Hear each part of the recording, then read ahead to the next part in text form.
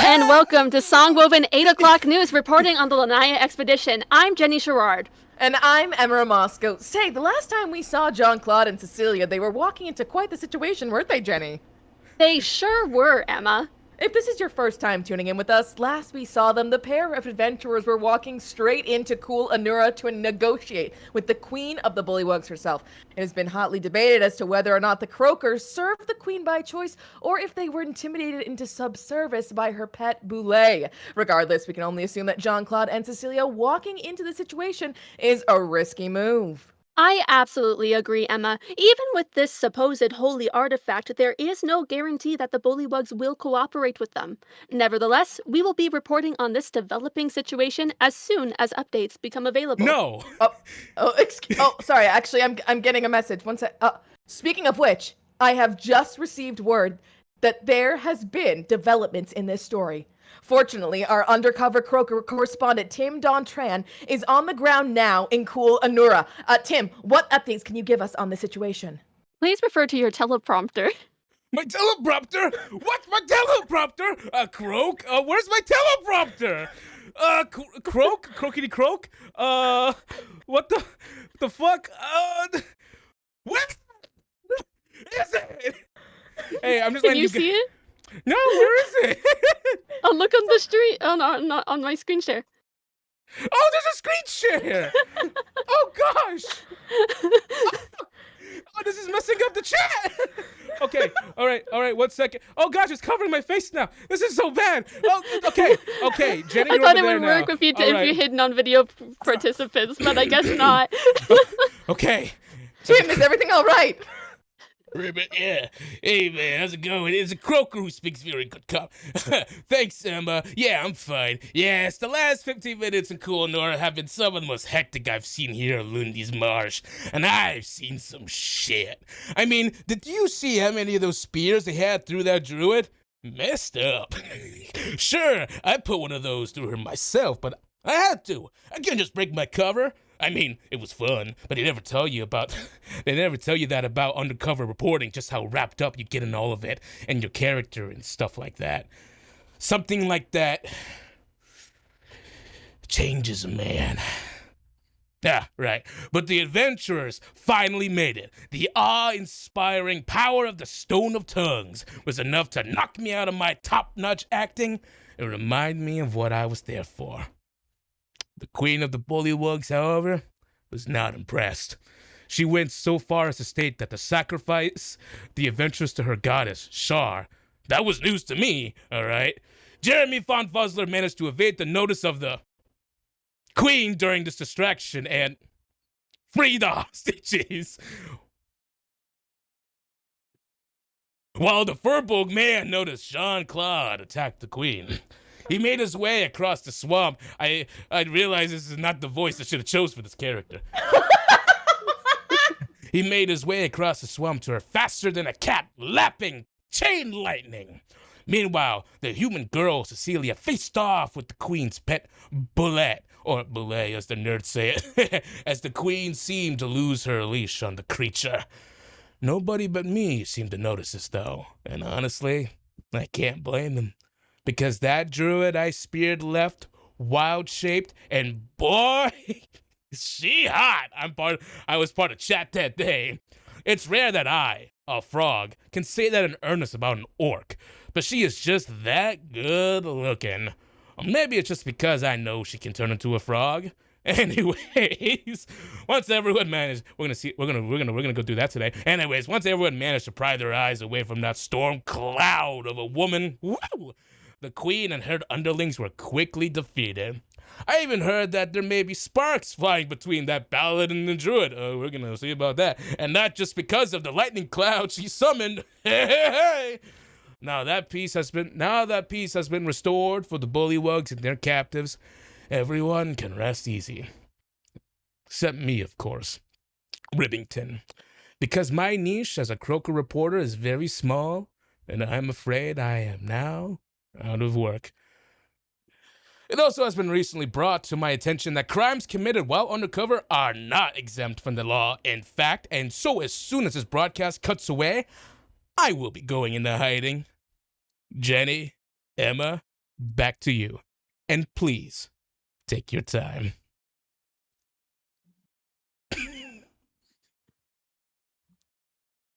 Reliable as ever, Tim. Thank you for your service in these past few weeks. I'd cut to JT with the weather, but it seems Cool Anura has a 100% probability of storms for the foreseeable future. That concludes our reporting on the Bullywug Queen. Until next time, I'm Jenny Sherrard. And I'm Emma Mosco reporting for Songwoven Station. And we will see you next time on the Lanya Lanya Expedition. I felt so stupid writing that last night, guys.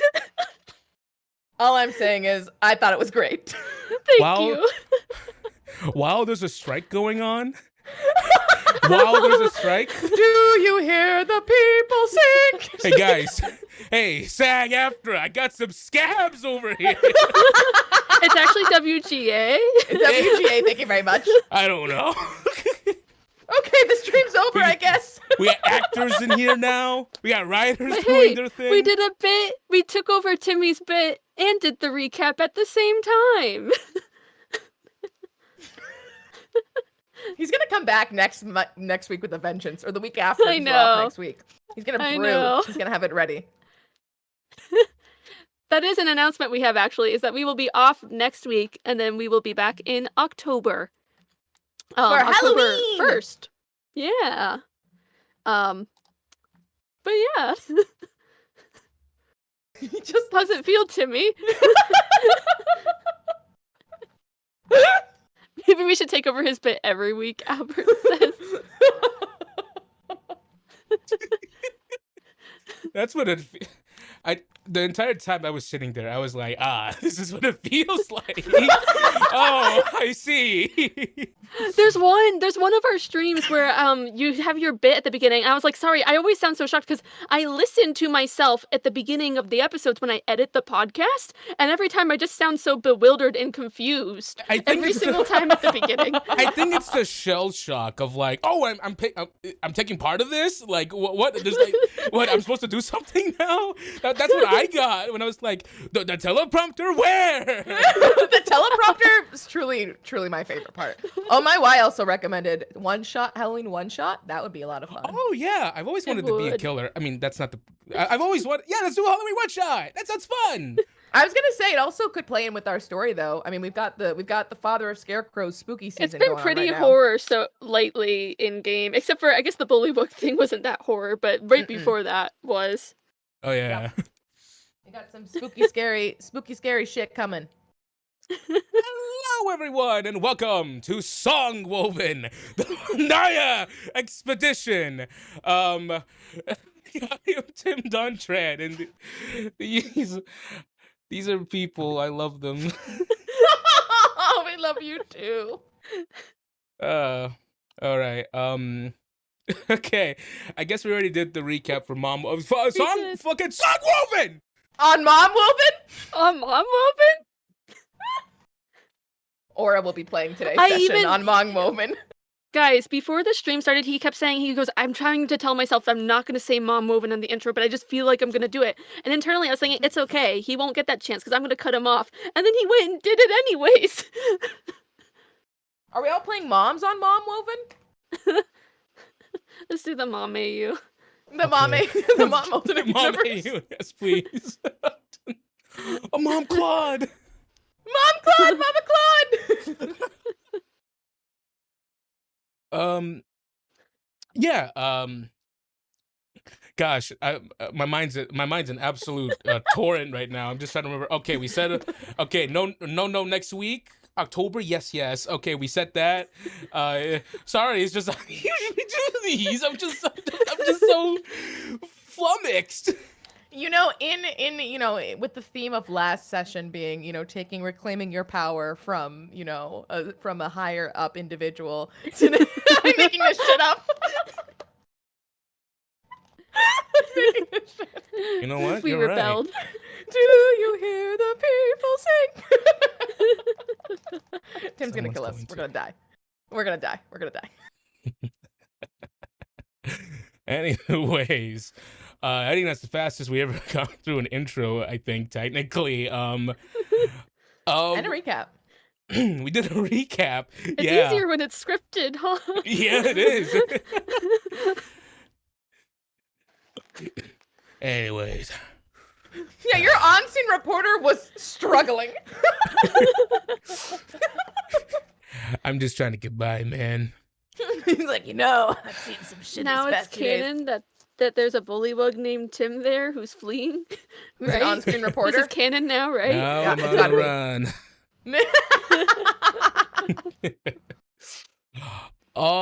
Alrighty tighty. Now that we've gone through that that fiasco, that bit that that show of chutzpah. Let's just jump into another session of Mambo. Fuck Songwoven! Mambo number 5? Mambo Wumbo. Song- I don't know.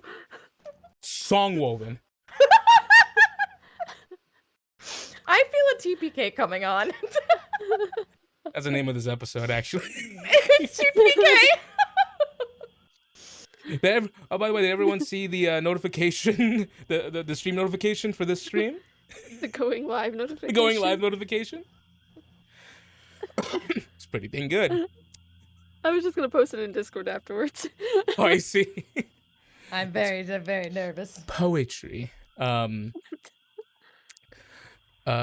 if you're listening on the podcast, join the Discord so you can see the genius that Jenny concocted. It was 3 a.m.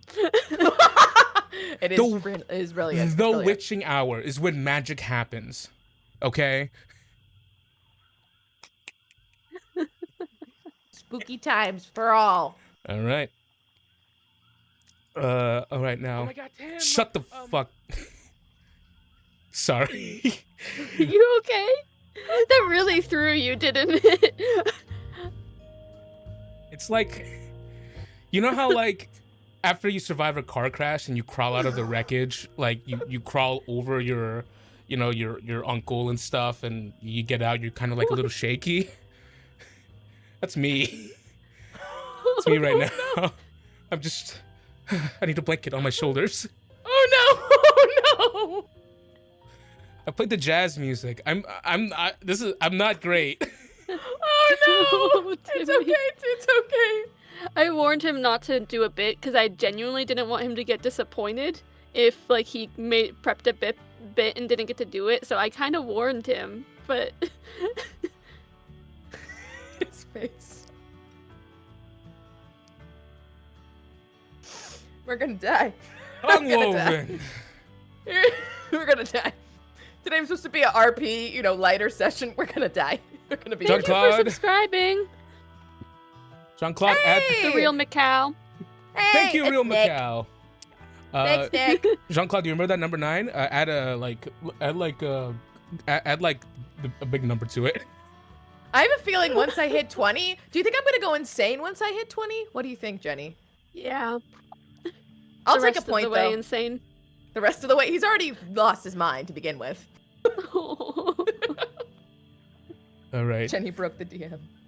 Now we're going to go into this session of Songwoven. I was thinking about it so hard that it made me say it. I know, it's okay.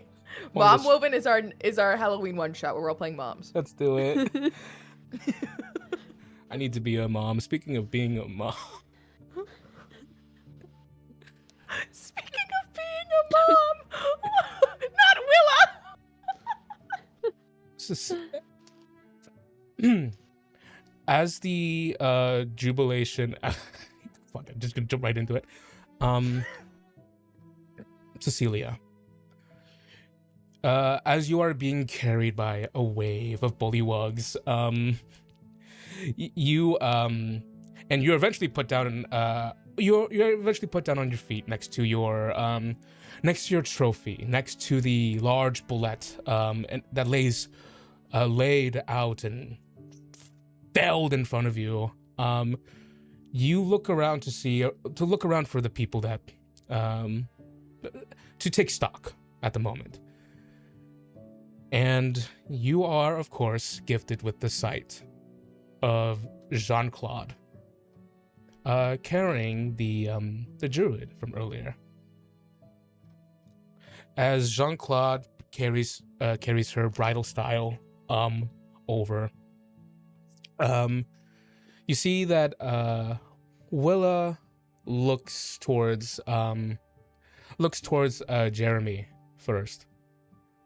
Just goes, Jeremy? Goes, hello again. Well, it's very good to see you. Didn't think you would be the one coming in my rescue, but I'm not complaining that much. And you? She looks toward her head tilts towards you. She sees your markings, the makings of a saloon cleric. And she just goes, and a small smirk tugs at the end of her lip. And she just goes, all right, Team Moon. I always knew I was on the right team. Oh, you're a follower of Saloon too? Well, not exactly, but I don't mind her that much. Big fan of the moon, Cecilia's though. remembering. She's being carried by Jean-Claude, and she's remembering that Jeremy said something to her very briefly about them flirting over there last time. And so she's kind of just like, she seems like almost a little bit bewildered in talking to them.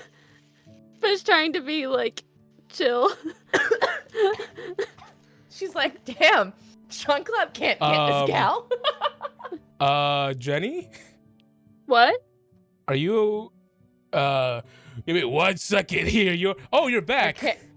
Her camera was Weird. having a little bit Oh my of gosh, I just switched to the stream and it showed that. I was wondering why everyone was reacting. So you remember It how, looked fine on my end. So it's very much like now we're playing the horror session. That's what's gonna happen. It's gonna be Jenny's now camera. I'm the player now. Jenny's taking over. It does that sometimes, but normally I can see it doing that. It was clean on my end this time. That was really weird. Let me know if it happens again. I can switch to my webcam, but we're getting haunted early, baby. Oh boy. Do it. But yeah, she's trying to she just kind of seems a little surprised at the development and is probably like over analyzing based on what Jeremy said to her. She goes, don't read too much into it.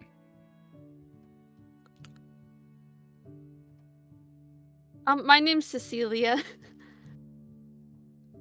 Nice to meet you, Cecilia. Willa Brandington. And you met Jean-Claude? Well, that's one word. Just his name is Jean-Claude. I didn't know that. He just nods. He just gives a good solid nod. Sorry, what was that? You can hear him. He just clears his throat lightly and goes, that is me. He's got an accent. He does. The chat, Willa Brandigan Claw.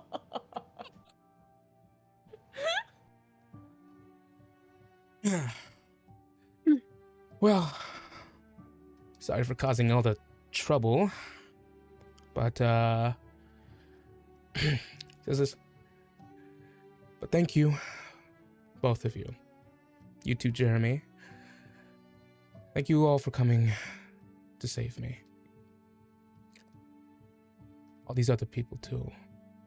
You do look over to see the halfling family that was also in the cage. That everyone in the chat forgot about because they were too focused on one person. The innocents. The innocent people that were Innocent bystanders. also a focus. Huddled together. Two pair of parents and their son, daughter. huddled together. Willa just looks over to them and just kind of like gives you a pat on the back, Jean-Claude, and just goes, "All right, yeah, it's your moment. You can go ahead and put me down now." Gently, we'll put her down and just kind of like step back and just cross his arms. He's trying to look cool, but Cecilia would recognize this as like a very like nervous, like he's very shy all of a sudden. So it looks like he's, posturing, but internally he's a little freak. He's a little nervous. No check needed. She just looks at you. She just kind of chuckles to herself, a little bit of a smirk. God damn it! She walks. She walks. She walks away. Towards the halfling family. By this point, Jean-Claude, you are also being surrounded by bullywugs, and they attempt to lift you up. No, it's okay. And you have the soda tongues, and the ones beneath you go like, "No, we can do it." And he does a southern accent when he's speaking in Bullywug. Don't worry about it, my partners. Just let me on down easy. Let me on down easy. My pleasure. I want to lift you like a huckleberry. I don't even know what that is, but I can assure you I do not be lifted like a huckleberry. So he's...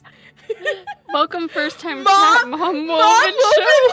Hello, darlings. I have made it finally.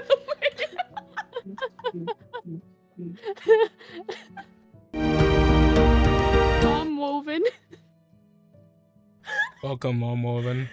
The people on the podcast and YouTube are going to be so confused. You cannot ban that You account, cannot JT. ban that account. It Absolutely is not. very welcome here. We welcome Mongwoven. We can just play a bunch of hot moms. I'm all down for it. Okay. Who else creates the tapestry that these songs are woven into but the moms of the world? But the moms of the world. Mom. Shout out Next to Mom Mother's Woven. Day. We'll have to do a Mother's Day one A shot. Mother's Day one shot.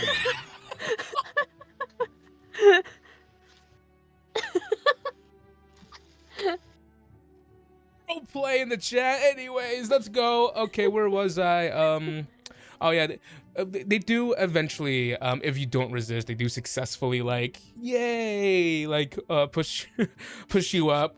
They had to double up beneath to try and get you up. He's a giant man in heavy plate armor, so yeah. And at one point after that, he'll let them lift him as much as they can. And then I think he's going to, pull out the idol, a little idol, and say, I think this belongs to y'all. And extend it forward. You see that as they're looking around, because first of all, the idol comes out, they're in awe. But as you offer it to them, there is this incredulous moment of them, like the ones directly in front of you, they immediately back away. As they peer around at one or the other, to see who's like, this is obviously a very big moment of bravery to them, of who's gonna step up and accept this idol. And then you see the heads begin to kind of like part as someone small is moving through the crowd.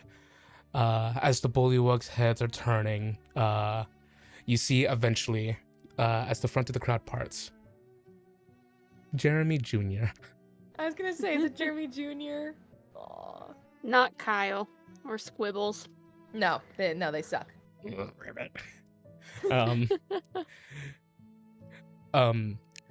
As he kind of walks up with his big, like, beady eyes, he looks up towards you, Jean-Claude.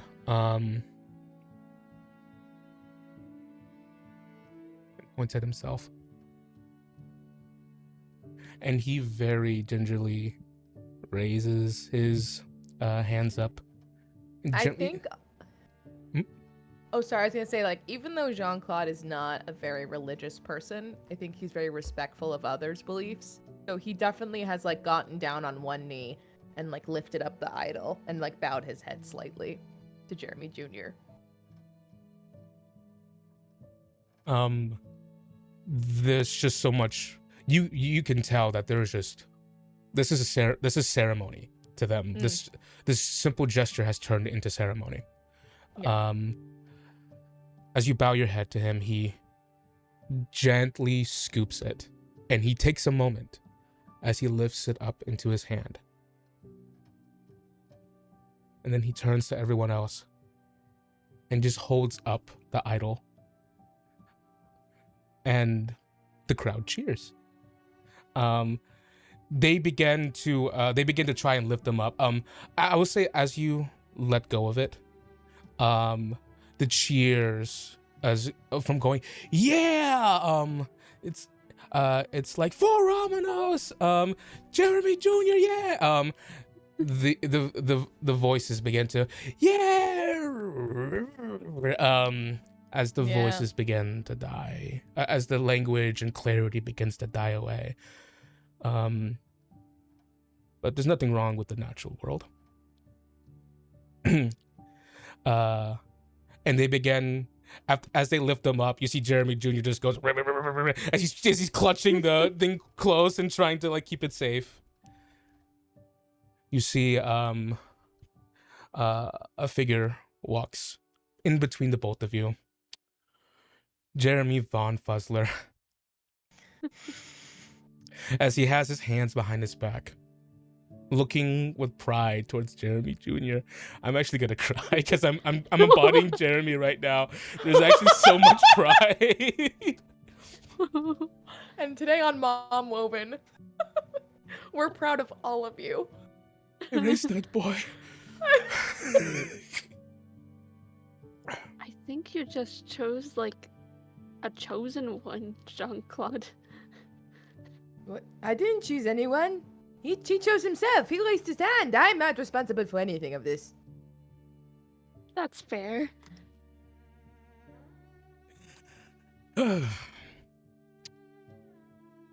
We all start from somewhere.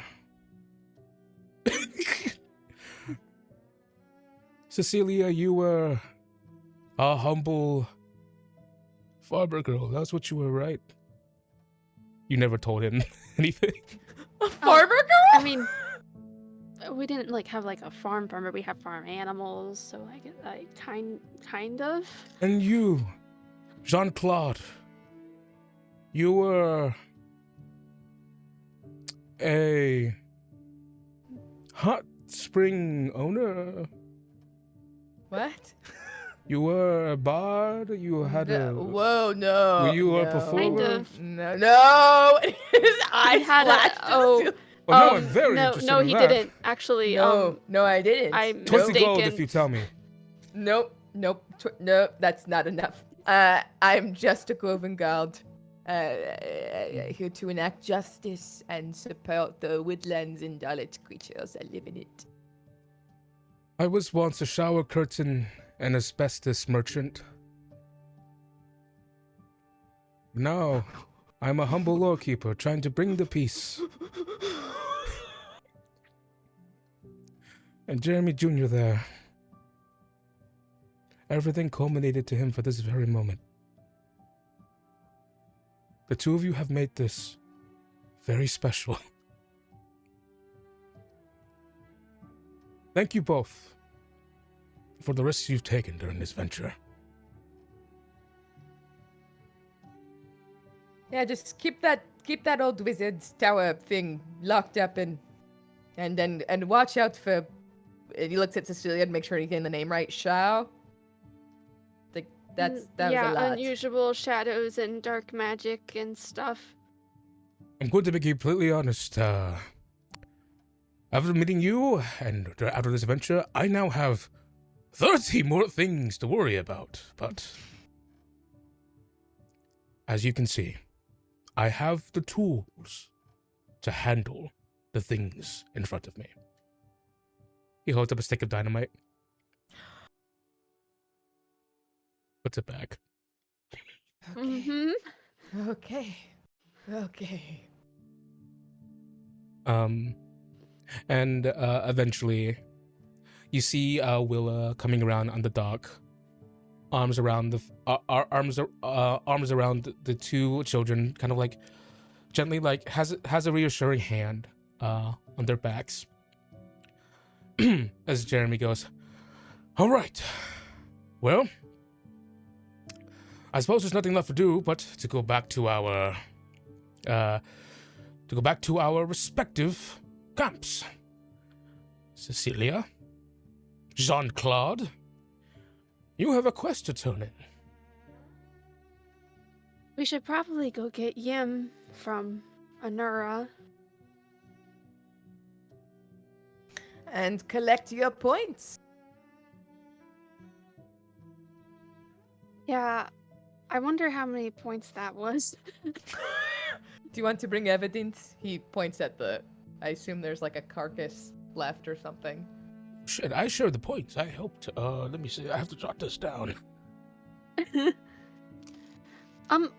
She looks at Willa and the halflings and goes, "I should have asked this earlier. Does anyone... Are you guys hurt? I can heal if you need anything." The halfling woman goes, "Oh, we're fine. Thank you so much." Says, "I think we're in the state of what we are because of the actions of this." And Willa goes, "These two brave souls right here. I was actually going to say you. Yeah, well, Teamwork," points to Jeremy. "And dynamite." And teamwork. This man is insane. I didn't know you could fight like that, Jeremy. Oh, yes. I When really thought you died when you fell on the ground after he hit you. I was really worried. It's called my wounded animal gambit. I used it multiple times. It really works during normal everyday conversation as well. When you were selling something in shower curtains? That's a dark past. Yes. But, yes, that is where I cultivated my wounded animal gambit. Listen, I get it, Sarah. This is a nightmare. Did people just buy things out of guilt, or? Oh, no, it's more like, did I overcharge you? Sorry, allow me to... like that. Oh. And then they go get the guards. And then I leave. Oh. Who is this fucking NPC? The Silver Friend, was it? Hmm? No, you said from the Empire. He did this in the Empire? He did this in Yes. the Solarian Empire? Absolutely. Absolutely not. Be sweet. Willa goes, "Every time you open your mouth, there is just something I learn about you." Just, yes, well, now let's concern ourselves with the safety of you and the safety of everyone else. Says, "Everyone, shall we?" And go, and as he directs everyone to start making their way to Anura. Dab dab. You see that the Bullywugs tear down the sign that says "Cool Anura." They just completely have a revolution. And as you were walking on the path, Jeremy does kind of like pull you to your pull Jean-Claude to the side, if you will allow him. Oh, yeah. He's a little nervous with the constant dynamite references, but he will humor the old man. Jean-Claude, don't worry, it's me, Jeremy von Fuzzler. That's, yes. If it makes you feel better, that is not my real name. It does not make me feel any better, but what can I help you with? I just wanted to speak with you briefly about what you've done back there. giving the stone, rendering the stone onto them. I reckon a stone like that would be a very nice part of an adventurer's kit. And yet you gave it to the bullywugs. It is not mine to take. And, it's always nice to have someone or something to believe in. So, it's not, it is no big deal to me. And I hope, they will continue to govern themselves in a kinder light. He smiles at this. He goes, I'm going to assume that you don't need to hear this. But the both of you are going to go great lengths. Normally, an adventurer would instill themselves onto anywhere and gather themselves any bit of treasure, any wondrous relic.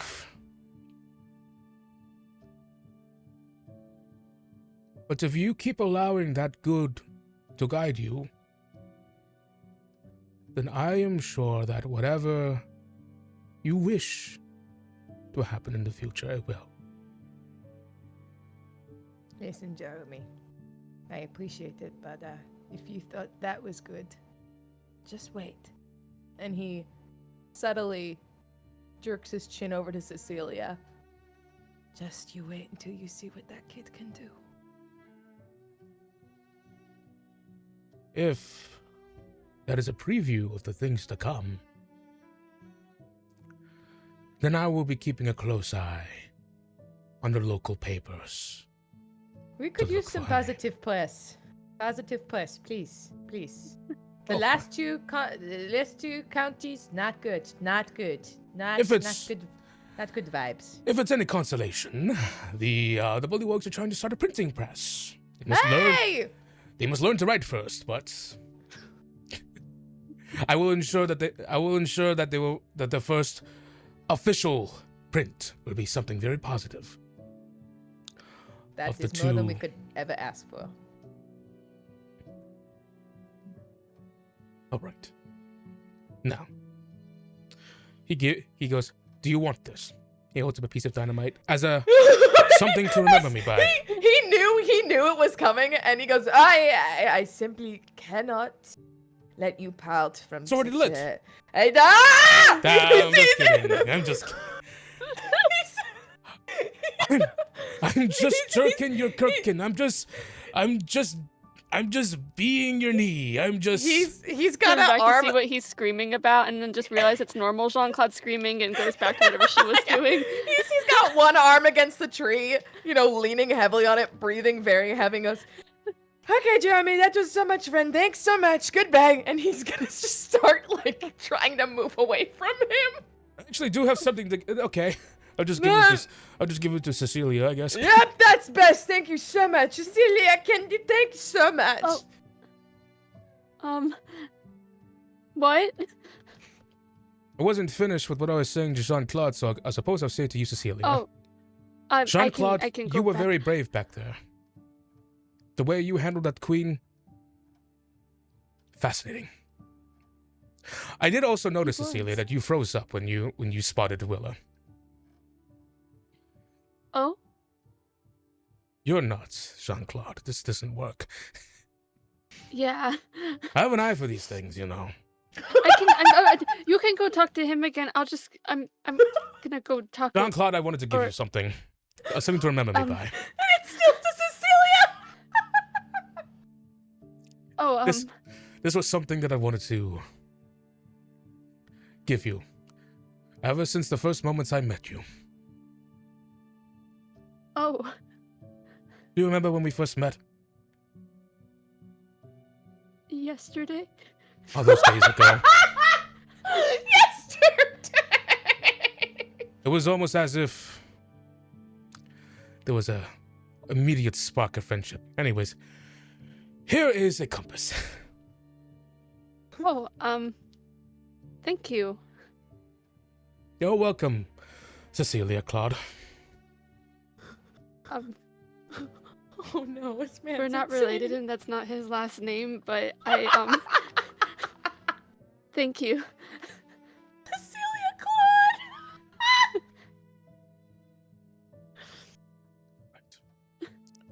He's not like a babysitter that got. Just want to clear things up. No, I'm an adult. I'm 18. We just met on the road, and he came with me for reasons, and not a babysitter. Reasons? We're just friends. Huh? Reasons? Oh, because he also wanted to go on the road. Road? The Lanya one. One? I can't I'm stand this kidding. man. I'm kidding. I'm absolutely kidding. Listen. Well, good luck on your journeys. Thank you. And of course, that sentiment goes to you too, Cecilia. Thanks. Jesus Christ.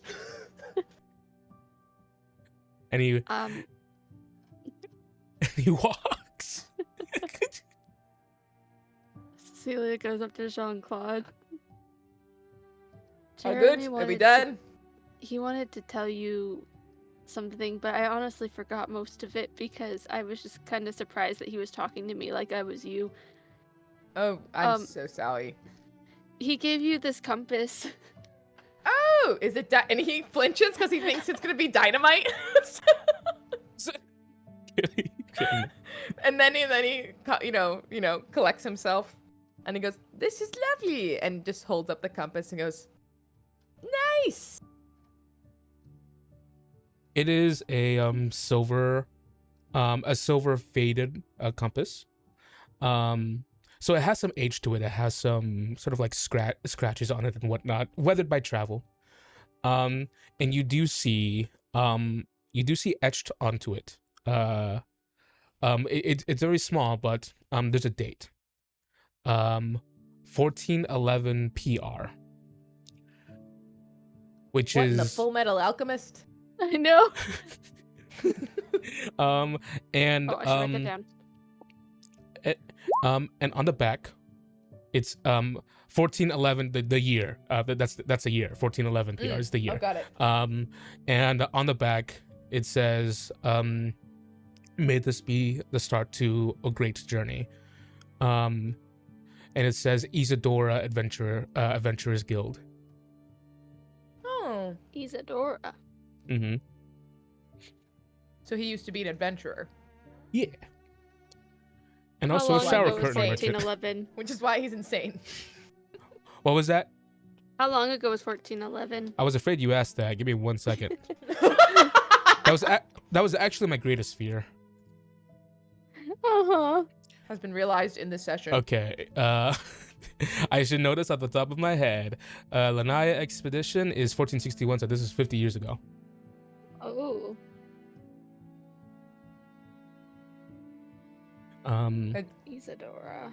Isadora. As the two of you approach the camp, alongside your gaggle of people, the bullywugs and Anora, there's a crowd awaiting you. And you see the bullywugs of Anora, they're defensive at first, but as the spears are dropped, you see that the ones who are stuck over in Kulanora start running over and embracing the ones in Anora. You see the big hopeful eyes of Yim as he scans the crowd, and then the two of them see each other at the same time. Willa and Yim. Tears immediately begin to pool as Yim silently cries himself into Willa's embrace. Willa just kind of like hugs him deeply hand on his head. And he goes, "Sorry when missing their tiger." He goes, "You were very brave when I was gone, weren't you?" "I wasn't brave at all. I was scared." "Oh, Yim, that's the only time you can be brave." I don't After think Jean-Claude can watch this. Oh no! Oh shit! Oh, that was accidentally cutting. Oh no! It's the same thing Oh, no. Stellar told Cecilia, too. Yeah, I don't think he can watch this. Oh no, Sylvie.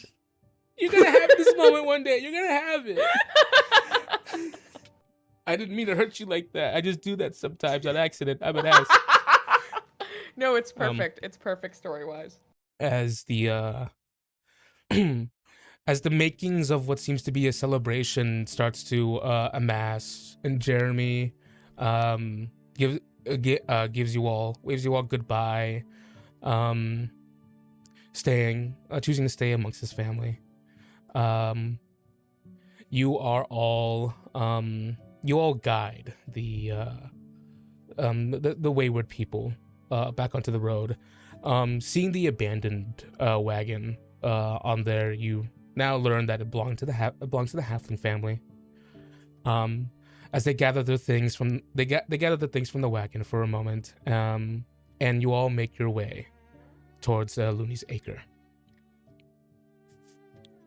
Night has taken hold over the surrounding air by now, but as the humidity sort of dies away, replaced by a sort of calming, gentle coolness, the two of you just have this moment as you're walking, as Will is tending to the family and Yim.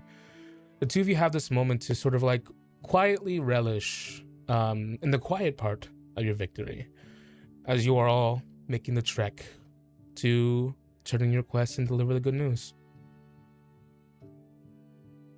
If there's anything the two of you want to say to each other at all.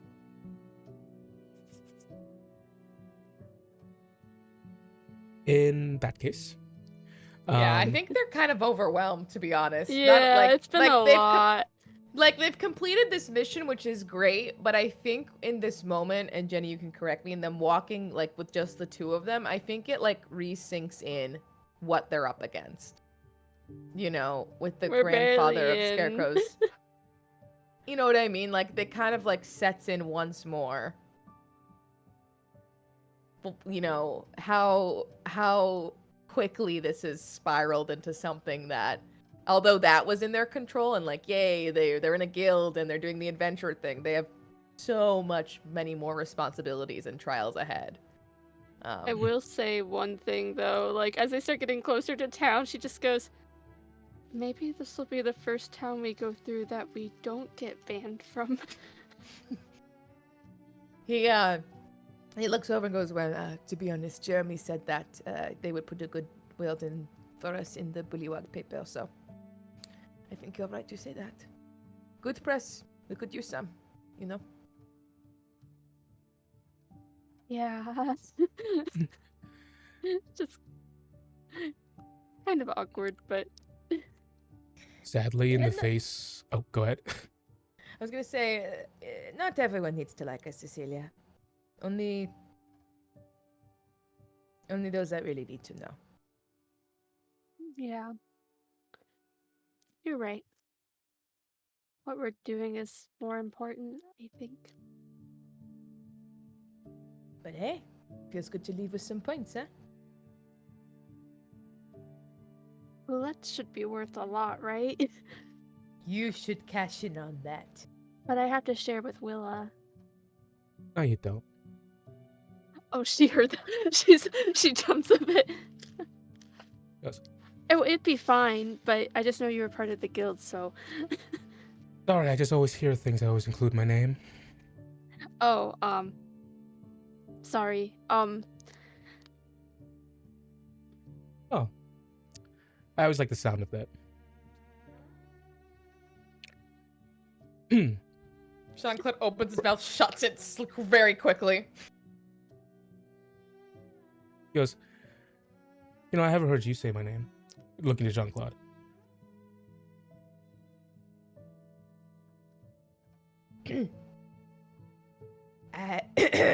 Clears his throat. Well, Miss Willa. Pleasure. And then you see like a bit of pain in his face. He's like, oh god, I've already fucked up. What did I do this time? He looks at your face, seeing that, and she's been pretty perceptive of everything so far. And you see she's about to go like, no. And then she leaves you like that. She leaves you in your pain. You know, she tries to distract away for Jean-Claude's sake of it. She goes, It's too late. Yim actually helped me identify a bunch of potions we found in the dungeon where we found the Stone of Tongues from. Did you know? He did a really good job, and he really wanted to help. He told me you taught him, so... Look at you. Looking right at Yim. And Yim is beaming. And there were a lot of them. I had a really good teacher. Oh, come on, Yim. Praise me a little bit more. I had a really great teacher. That's an improvement. There's probably gonna be a celebration when we get back. But the first thing I'm gonna do when I step into town is that, well, I'm gonna bring this family to a guard station, get the situation all figured out, and I'm gonna go see my kids. You've been gone a while too. If you want us to get them escorted, we can. You should see your family. Well, aren't you nice? All right. I'll definitely take you up on an offer then. Yeah, I'm still sleeping at the guild. Oh, yeah. Still making my way around. I'm really making that room my own, even though technically not mine. Why don't you come with me? We're cooking up a little surprise for you.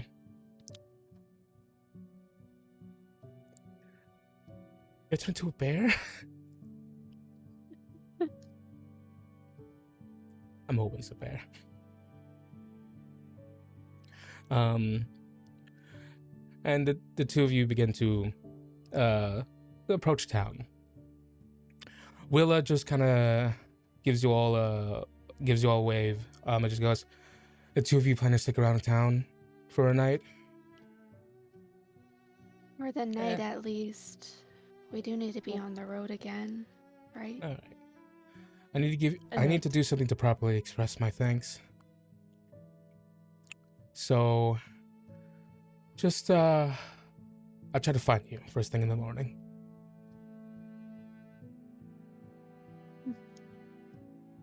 Okay. You don't have to do anything, but Yeah, we're good. It's just what you do. No, I think I'm gonna do what I want. Okay. He backs down so fast. have a good night. Tell Elise that I'm okay. Mm-hmm. Oh no. He realizes he has to go back and talk to Elise.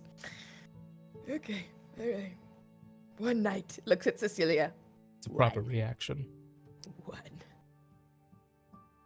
Oh, she scare you? No. You scared of strong women, Jean-Claude? Her tongue. No. She bites her tongue. No. I respect. Great respect. Good. Gulps loudly. We'll see how far we can take that respect. Oh god! And then he's gonna just start moving towards the guild because he needs to get out of this conversation before he says more dumb shit's gonna get him killed. You go towards the guild. No, Jean-Claude, we need to go to the guard station first. God damn it! And he turns back around. Goes the other way. See, Willow goes, "Hey, guard station's that way, smart guy." She points the wrong way. Thank you, I knew that! And he goes the wrong way. No, And wait, she- I thought I saw it over there. No. Takes out the compass. What use is this? North. It just goes north. And as you look towards where the compass is pointing, it does point towards the Adventurers Guild. Ah! Yim, Willa takes Yim off, and the two of you handle the family. Taken to the guard station, you see as you're walking towards the station, you see them. You see as they're holding their children close, the man and the woman, the mother and the father, they hydrate. Hydrate! We haven't even actually added in a hydrate yet. I've been snacking this entire time, but I will hydrate. Oh, Pina. That was too much water. Don't drown. They're speaking amongst each other, and as you're making your way to the station, you see the father kind of fumbles in his bag for a moment. And as you reach the lit front, with the welcoming orange crowns of the torches on the front of the guard station, and the guards are already there, seemingly lounging about. Memories for you, Jean-Claude, how late nights would be spent playing cards. In a sleep. buddy. Not us getting captured by Not us arrested and nope. stuff. Nope, that's not what's going through my mind. In a sleepy Last town time we got where arrested. nothing happens. You just see the halfling man approaches the both of you and goes, "Now I am much like Miss Brandington back there, and I'm not going to take no for an answer. So please, one of you, hold out your hand." Nudges Cecilia. Okay. She does.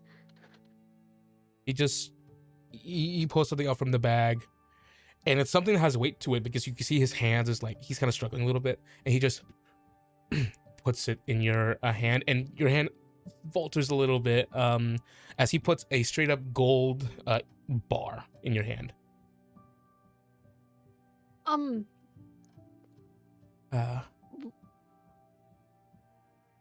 What are you It's sure? It doesn't exactly take the entire form of what exactly how exactly our thanks wants to look like, but I hope it's good enough. Are you sure? Aren't you going to need a new wagon and horses and stuff? We'll be fine. We'll absolutely be fine. Says, I already see your eyes, and I see that you're a humble bunch, especially you. Just goes, and I'm telling you, don't worry about it. She Thank you. puts it away. And I hope that funds your future endeavors, whatever they may be. Thank you. Sorry, the chat. Cecilia, just kill Jean-Claude and take it for yourself. It's like a butter stick. You could just cut it in half and share it between. What in the clue? For your I already mystery. hold on to our funds for us and stuff. He is not the I have money the bag man. of Don't holding. you- I have the bag She of can- holding. She can leave at any time. It was Cecilia with The gold brick. with a gold brick at Kulanura. The murderer who kills people with money because With they're money. just so rich. With money. The ultimate evil capitalism itself. And the halfling family goes and gets themselves situated.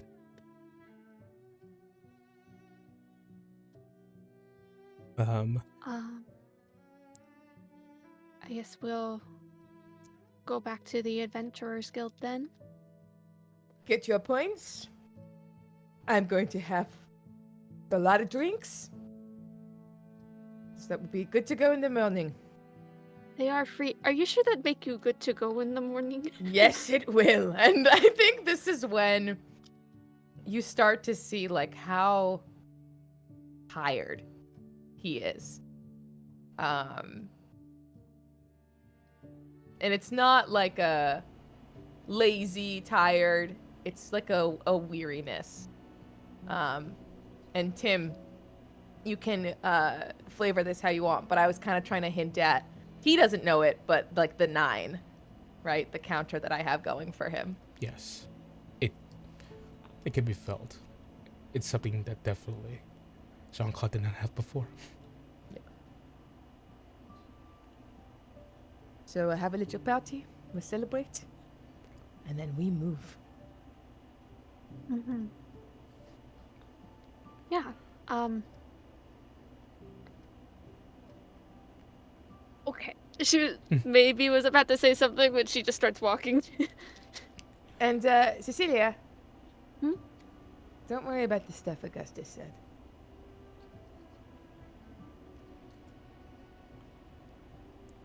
I was worried about it, but I think I'm more worried about Dad now. Your sister will take care of it. She nods.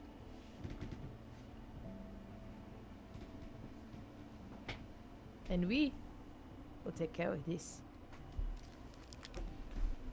As our DM leaves and Are you never okay? returns. And with that, Songwoven ends. Are you alright, Timmy? Everything okay? My noise canceling app free trial ended during that conversation, so I had to turn off my air conditioner.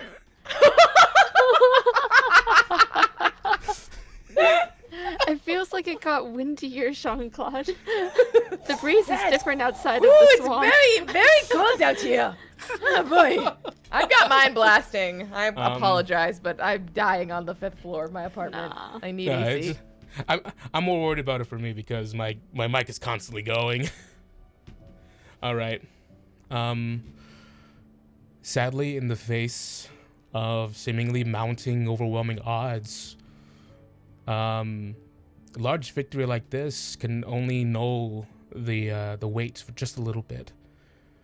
But much like anything that weighs on your shoulders, it will remind you that it's there and that it is absolutely relentless. So maybe the only other thing that can help during this time says, with victory, a chaser of drink and sleep will probably do you some wonders. As the two of you enter into the Adventurers Guild, it is completely silent. Did you just burp? No. Yeah. That's the vibe we're heading into the adventures. I drink so much water. Sorry, it's just hydrating. It's perfect. It's perfect. Die. It's perfect. That is Um, Jean-Claude right now. The Adventurers Adventurers League. There's complete silence as you see everyone kind of like sitting up straight, as you see Elise at the forefront holding up like a piece of paper that it's definitely scrunched because she's gripping it very hard. She just goes, "You all can't keep finding every single reason, every small reason to celebrate and drink the day away."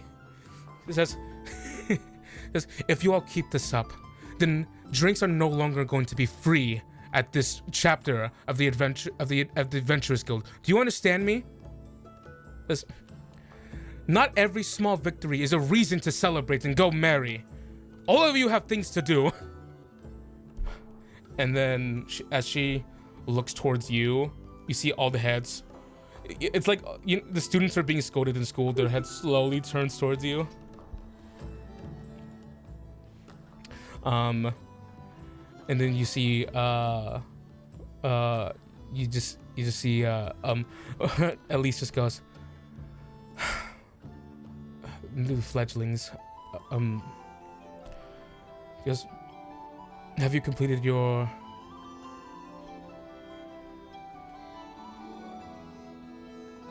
We freed That's the in Mo. captives from the bullywugs, so Willa And is- she killed the bullet. and then you see one of the adventurers goes, Willa saved? Bullywug situation handled? yeah. Bullet's killed and slain Bully by killed? Cecilia herself. Cecilia! And you see the tankards are raised. He killed the bullywug queen.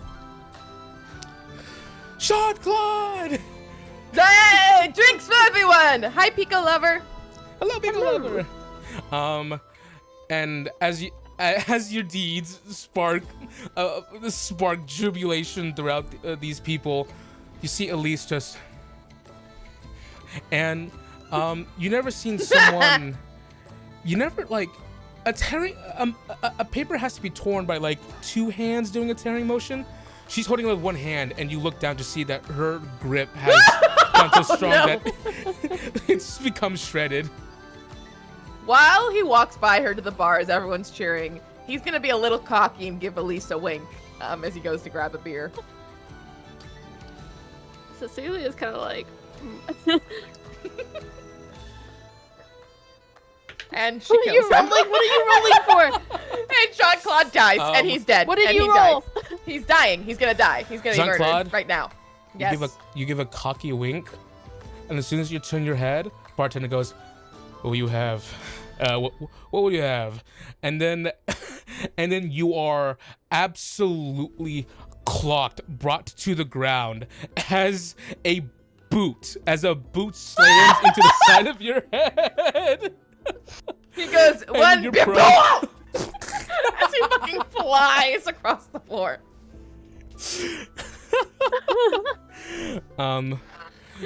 And Cecilia, you see, you look up to see Elise. She just like at the arc end of like a baseball like toss. I was just about to go up to her and say, "Oh, Willa wanted us to say, Give me my boot," was it commanding Jean-Claude. "Pick up my boot now." I think he's actually like very like almost unconscious with that hit. So he's like trying to like get the boot, but he's struggling to get to his feet because his head is ringing. Useless. And she just storms over, picks up her own boot, and then looks towards you, Cecilia. You were saying? Looking at Jean-Claude and Mac. This is the second time she's kicked his ass.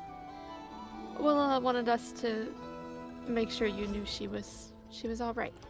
As you sit down, Jean-Claude, onto the stool, Elise does like very subtly kicks the stool. She just crosses her arms. She goes, "Willa's all right?" Mm-hmm. Good. Thank you for that. I suppose you want to talk to seemed like- Dean. Oh, is he available? Or should I wait till tomorrow? Yes, he should be in his office by now.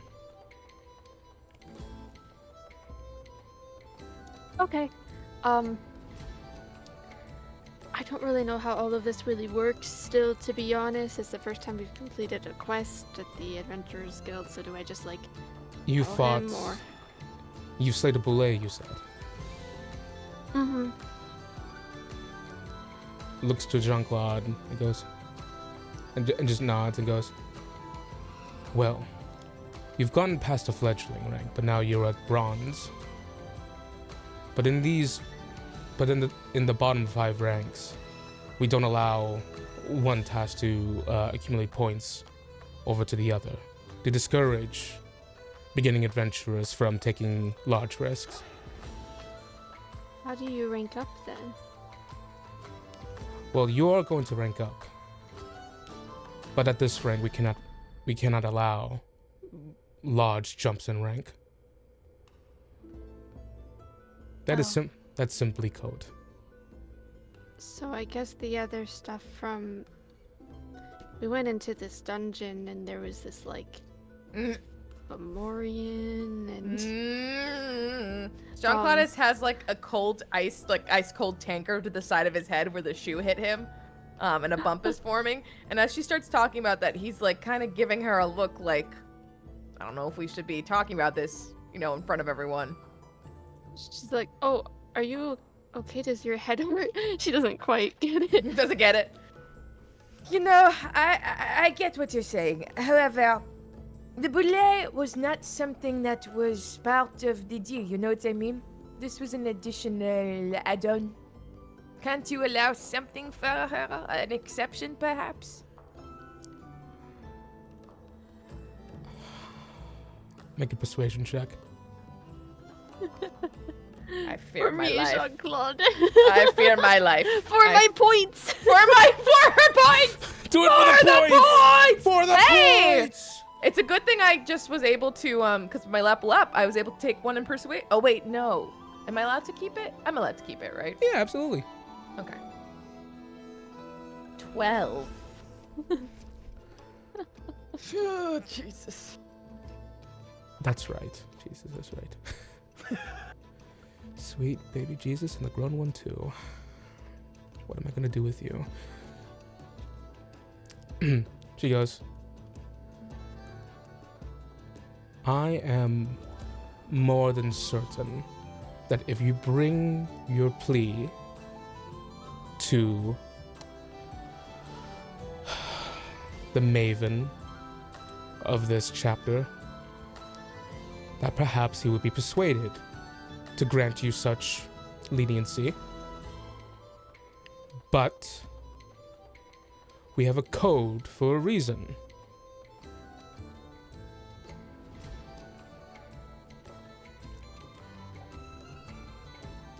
Jean-Claude indicates Cecilia to go upstairs to talk to Dean. Okay, thank you, Elise. I'll go talk to him. You're on your way. Leaving Elise and Jean-Claude with each other. Jean-Claude with the very cold tanker still his head goes, I see. And that's me now, you. I will rend you of your flesh. Sit up straight. He perks up a little bit. And he goes, I did hear, puts his tankard down and, starts tracing his fingers around the rim of it because he's had a couple drinks now. And he goes, no, I have heard that, back on the playgrounds when little girls would, beat the little boys, it was because they liked them. Make a death saving throw.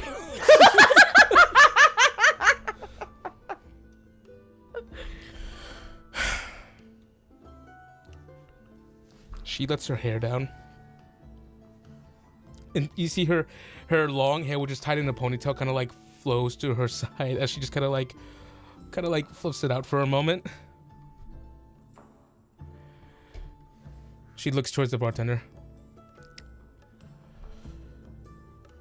Give me your cheapest one. And the bartender, you see, just eyes widen.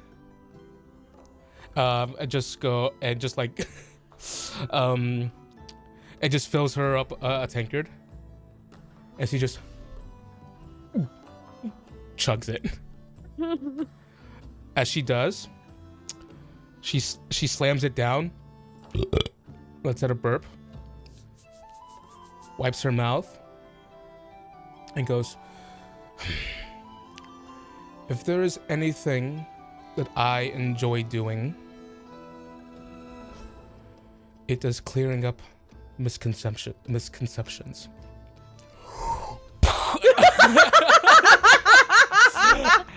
As an all-out brawl starts.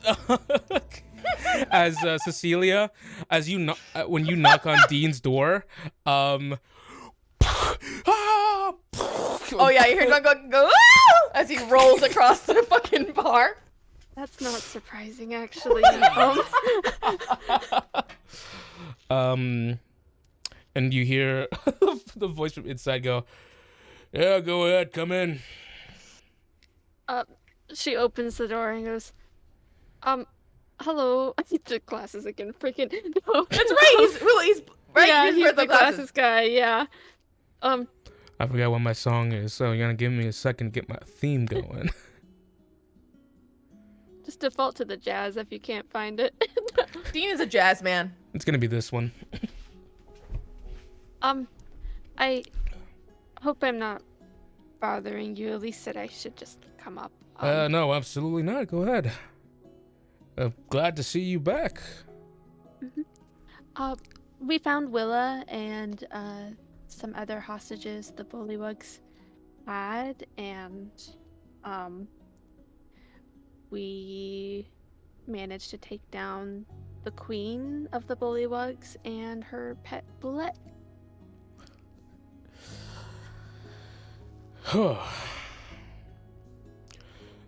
Remember when I told you that this quest was way out of your league? But I put you on it anyway because I believed in you? You see, there's a difference between the objective, what's in front of you, number crunching thing, and heart.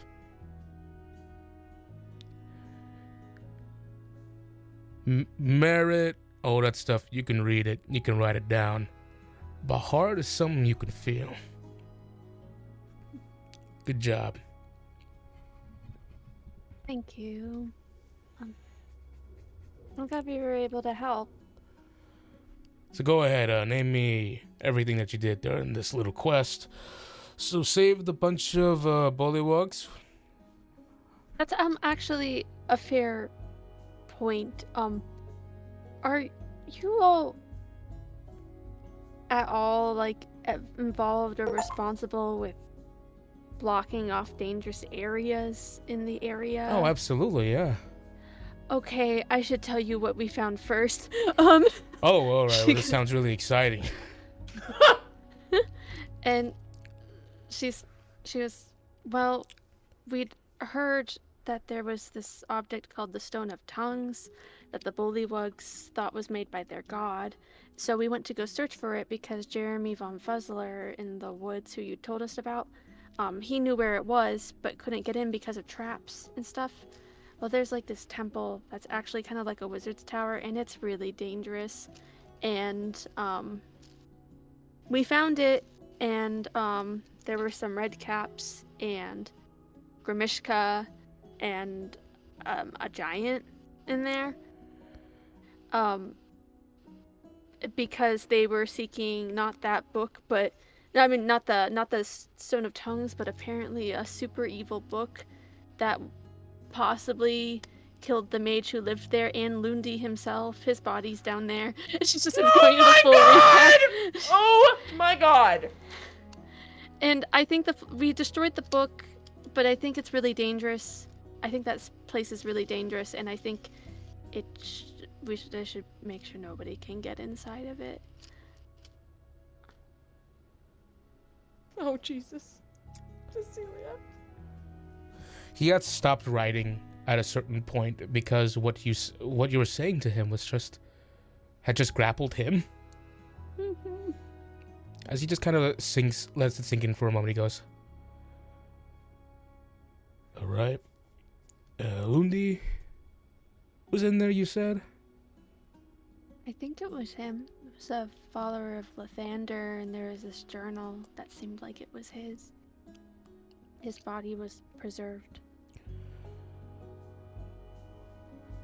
I'm pretty sure you thought of this, but you just came across something pretty significant to the surrounding territory here. I mean, the mage was his friend. Here, I have the journal, if you want to look at that. It explains a lot. She gives it to him. He puts it down. He pats it gently. He feels it. He feels it for a moment. And you see as he touches it, the text on the book itself begins to like it doesn't leave the page, but you see like arcane writing of it kind of like floats in the air right in front of him as he holds it. And as he reads the better accessible text to him at the moment, he just goes, he only reads like one page before like putting it away, and he goes, well, first things first, this is gonna give you a big up in the guild.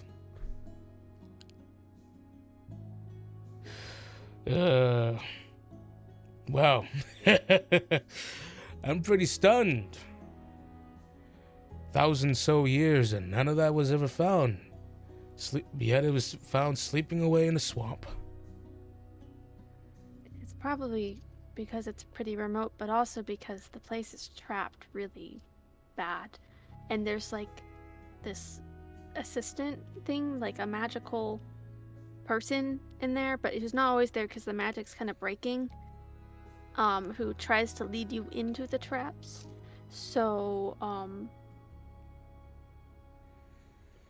once we realized that, it was a little bit easier to figure out where the safe parts were, but it's still pretty dangerous. Got it. One part I'm giddy. Well, 2 parts giddy. 1, you did a great job. Says, and I always love it when I can rub something in Elisa's face. Oh, 2, 2, found something pretty historical. All the adventurers are definitely gonna want to pick up some around here now. But safety of everyone is our number 1 priority here. So we're probably gonna get the place all nice and condemned. We searched it pretty thoroughly, I feel like. So, there shouldn't be, like, anything else too important in there. Not worth the risk. Typically That book was really evil. protocol entails that whatever rewards you reaped from this dungeon, because it was an initial part of the quest, I'm supposed to take. But you didn't take anything. I mean, we God Nope. damn it, Jean-Claude should did. be there. Oh, I don't see nothing. because it's No. in. No. Oh, she goes. She nods once. Just letting you know, in the future, when a dungeon gets found out, go back to the Adventurers Guild, let them get to know. Then you're entitled to the stuff. But you're still learning. But I'm learning too. Evil book. Dead Lundi from Giant, you said? Yeah, he was stuck behind a mirror, trying to get the book, and had these red caps searching her library for a dispel magic scroll to free him, but he didn't get freed in time, and this darkness just killed him. Red caps too. This has all the makings of a really bad equation. And I don't want to see what it all equals to.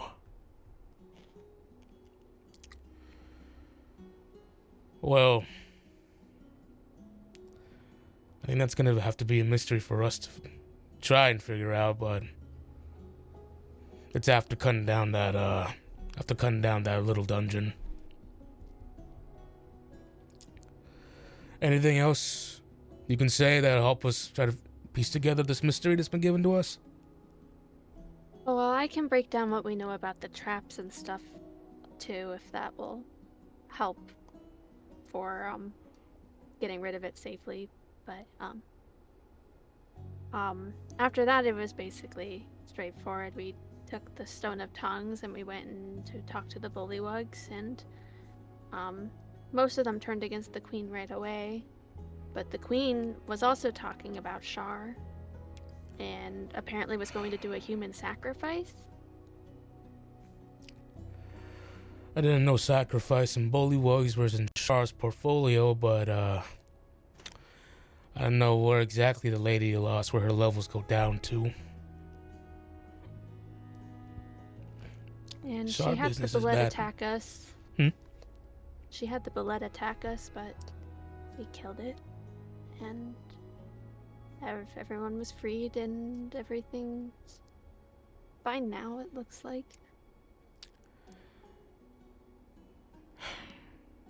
You seem kind of tired, Cecilia. I know I'm stating the obvious here. But normally, when a fledgling adventurer like yourself saves a colony of folks, overcomes a dungeon, defeats this large monstrosity that's been terrorizing a population of people for a while on a single day, they have cause for celebration, yet I don't feel any of that from you. Oh, we've just been, last night was pretty long with the, dungeon and things, and then we just kind of went straight at everything today, so I think I'm just probably kind of tired, is all. Yeah. And how's your friend, Jean-Claude? I think he started a fight with Elise, but He is 1v1ing Elise. Fisticuffs. she waited till I left, so This is someone she really needed. I'm sorry for your friend, but we have free drinks, so maybe it'll dull the pain. yeah, he started it, so it's his fault. That dynamite fuse was already lit when you guys got here, probably. That's what it looked like. She's really nice, though. I really like her. She's okay. And Willa and Yim are with Willa's family, but I think she said she would stop by tomorrow. Oh yeah, the surprise. She's gonna adopt him. It's a thing. Oh! That's been cooking She for a is? few weeks now. Don't tell her I said that. Oh! Well, that's great news. He seems to really like her, and she seems really great. Alright, well, tell you what, Cecilia, let me go ahead and give you the rundown of what's gonna happen. Office hours are almost closed, and my brain turns off calculations and books as soon as that clock hand hits 9. There's a short one hits 9. Mm-hmm. But I'm gonna tell you right now, you and Jean-Claude bumped up a couple spaces. I say 2 of you are gonna be at bronze. Pretty good one. It's pretty good. There's fledgling, and then you're at wood. And then I believe there's gonna be, let's see, there's oak, and then there's copper. But you're gonna be sitting really pretty at bronze. Didn't Elise put us at bronze too? I'm not there. This is Emma asking. Yeah, did she? Didn't she She say? didn't. No. She didn't. Okay. Okay. I thought she also said you can go to bronze, and that's as high as you can go. I don't remember what she said. Never mind. We'll take it. Just that seems like it really Pretend the freaking glasses.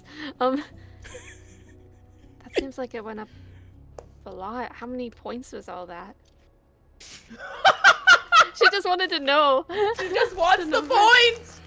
I can say it's about. He keeps looking at the clock.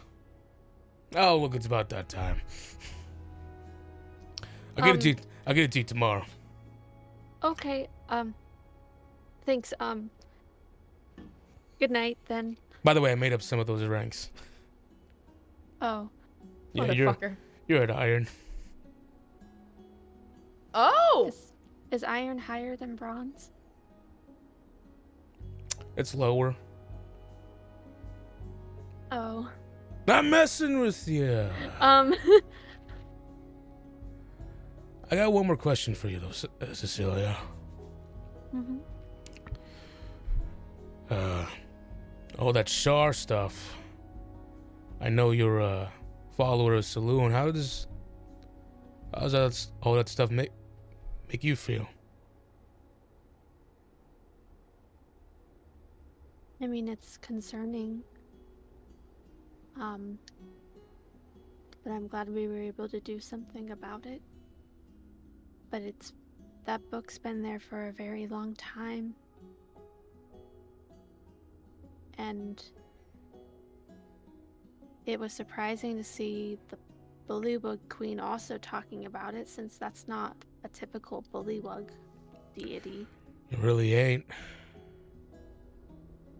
It makes me think there's probably more going on. That Bullywug Queen also had some kind of symbiotic relationship with that bullet. So something I think she might have foul cast a is. spell on him. Oh, is that right? Yeah, it seemed like she lost control of it after Jean-Claude started attacking her.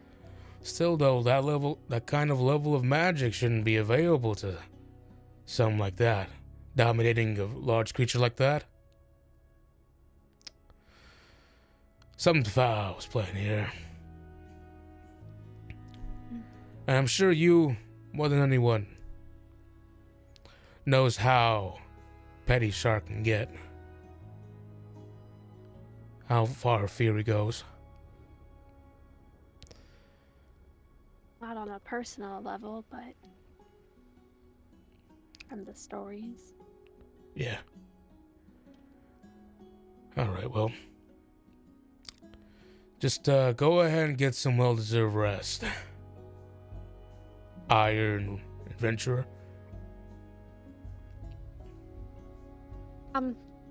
Thanks. Have a good night. Tell the people at the bar, if you're down for a drink, to get you a Dean special. I think it's a drink you would like specifically. Really? Yeah. I don't really drink No, normally. this'll get you hooked. Okay, thanks. Gives you a little salute as he just kind of like picks up the book. And he ponders over it as you leave. Can I, before I leave, can I, by chance, just roll an insight check to see, just to gauge, like, his reaction to the book, if it extends to anything beyond worry? Absolutely. Roll insight. Okay. I don't think I have any bonuses. Maybe but- he's evil. Daddy-o. 7. Oh dear. Never mind. Oh boy. Oh wow. Worry, definitely. The other most present thing I would say is that there is curiosity. But as far as gauging deeper feelings, he's a hard read man.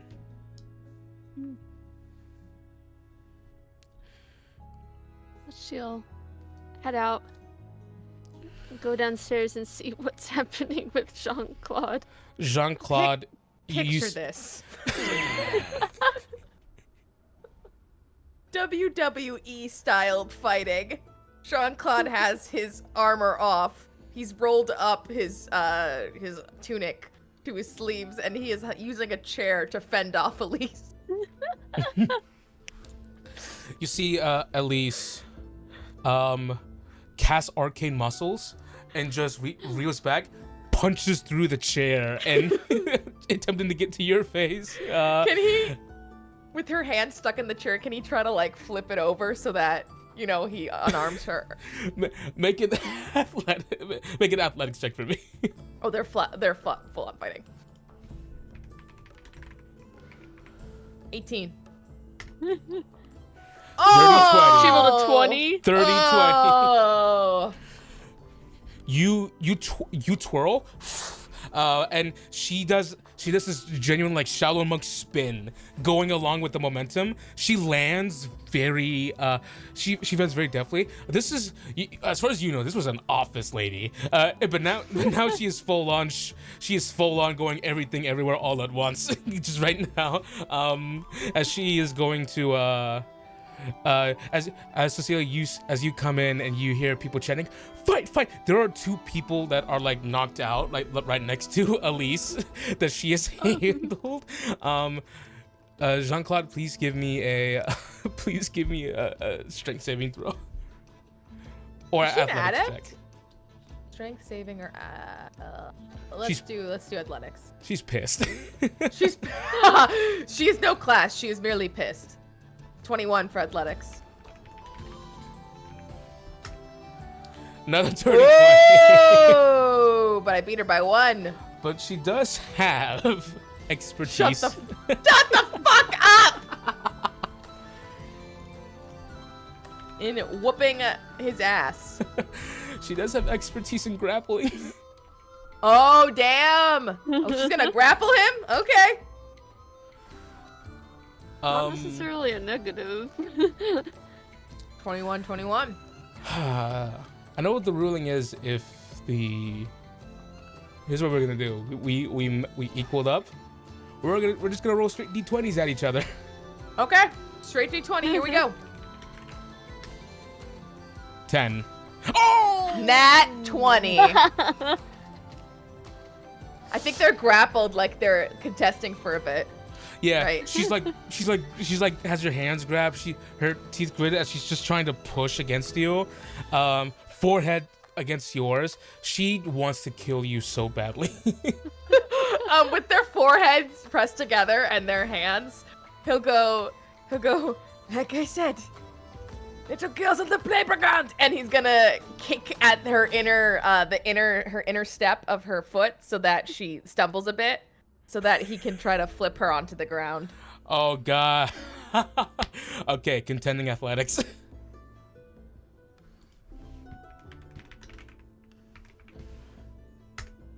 12. Oh! Nat 20. 26. He would like to bring her to the ground. As you kick, This is Jean-Claude's day. she just goes, "Shut your damn mouth." You kick out her foot. She stumbles. She goes, "Huh," and then you just bring her. To the ground. Describe how you do that.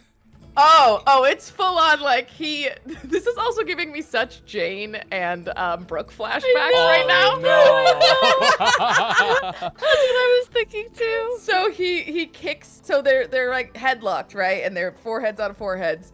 So she goes, "You shut the," and he kicks her instep, and she stumbles a bit, and he uses that to wrap his arm around her middle. He's not slamming her into the ground, he's just like bringing her to the ground, so that when she lands on the ground, he's got one arm. Like, he's not on her at all, but he's definitely got like one arm braced above her head, as he's, above her, looking down at her, and goes, "Give in."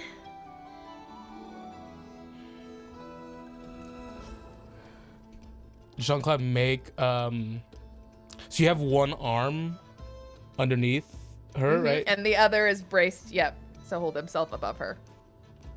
So as you give her freedom of movement with her hands, give me a wisdom She's gonna saving. rip out his eyeballs. Give me a wisdom saving throw. He's going to die.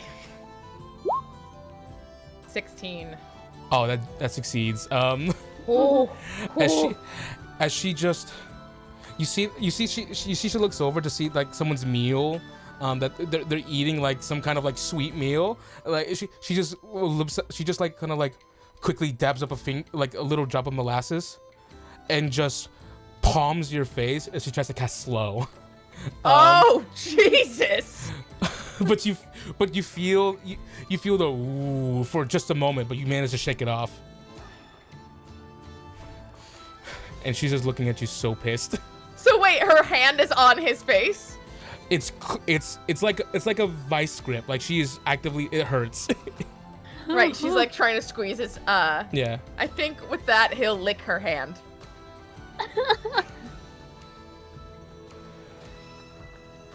much like kids fighting on the playground. As you lick her hand, there's legitimately like a moment of oh! And just like absolute disgust. And with that, he's gonna try to pin her hand down. I'm letting you know the crowd's like super like, yeah, Jean-Claude, like no one ever wins against Elise.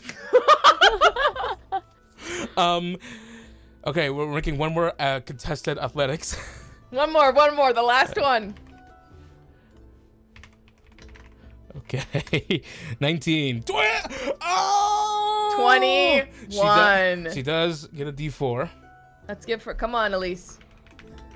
He rolls a 4, then. Oh, she beat him by 1 By point. 1. I rolled a By 3 on 1 the point. D4. She pushes up against you, Oh. and she just so much rage. You feel the ground shaking beneath you. As she then like a wrestler, like a very educated grappler, she moves behind you and wraps her arms like around your waist. That's my tummy. As she clutches your waist very tightly. Is she gonna back do the anime backbend thing? She's gonna do a German suplex. Let's make it athletics.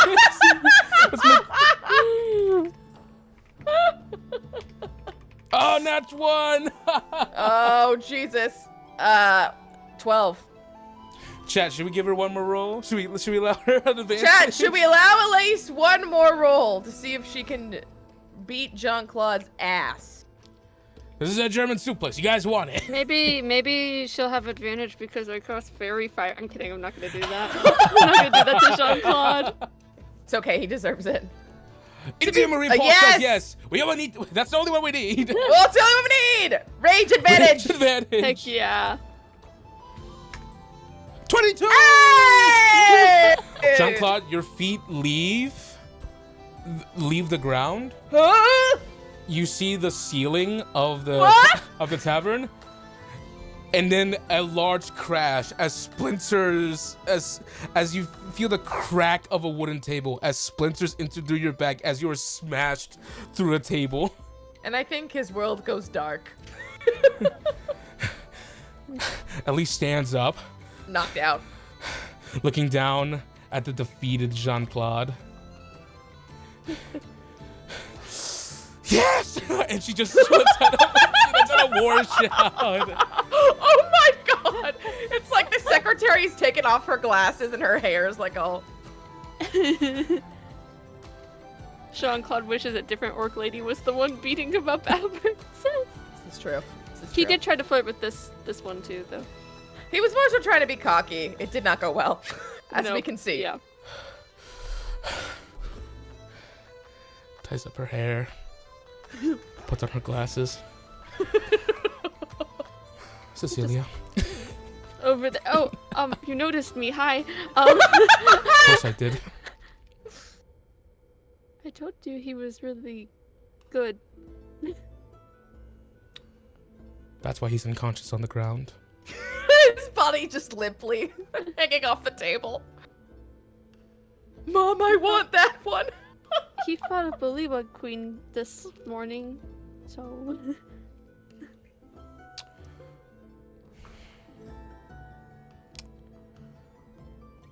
I'm not saying that. Never mind. And you're really good too. Because gonna say couldn't handle all the queens. Oh, she should say that. She should say that. Restrained with Cecilia. Well, whatever he has done outside, he says, within his status as an adventurer, I am sure that many others will find to appreciate. Now, I have a feeling I know where his head is at through a table.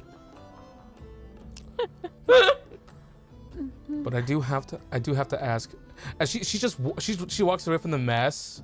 As you see, a bunch of other adventurers are like picking up, like trying to get Jean-Claude up. One of them's like fanning him, and just goes, "Let him down gently. He's a hero." No one ever stood up to a least like that. He's an idiot, not a hero. She just goes to you, Cecilia. It just goes, I reckon you will want to get a well-deserved night's of rest. Yeah, that would be great.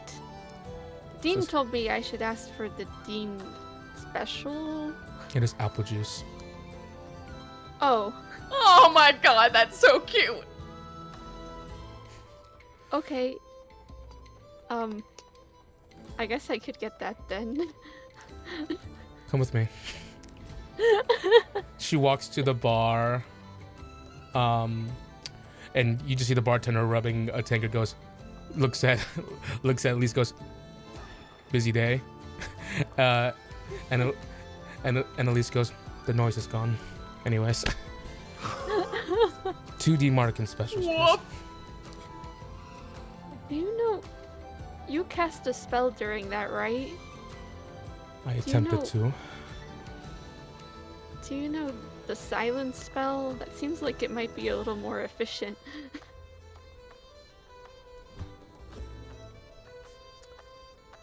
I'll learn it right away. Oh, I didn't mean to be offensive if you thought that was... No. It's completely fine. 2 apple juices, ice cold apple juices, the tall glasses, really tall tankards, I mean, are put in front of the both of you. And she just... Just drinking apple juice.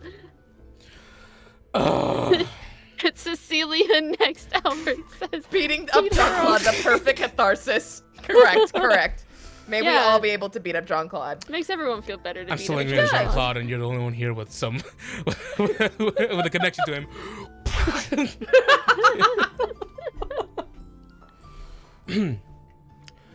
So this was your first quest, was it not? With the guild, had, quests, kind of, before. Okay. Takes a drink again. Well, congratulations. Thank you. Says, you're now at bronze rank, right?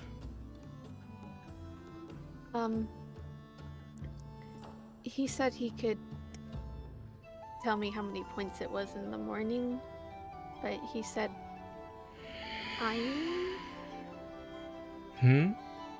He said iron?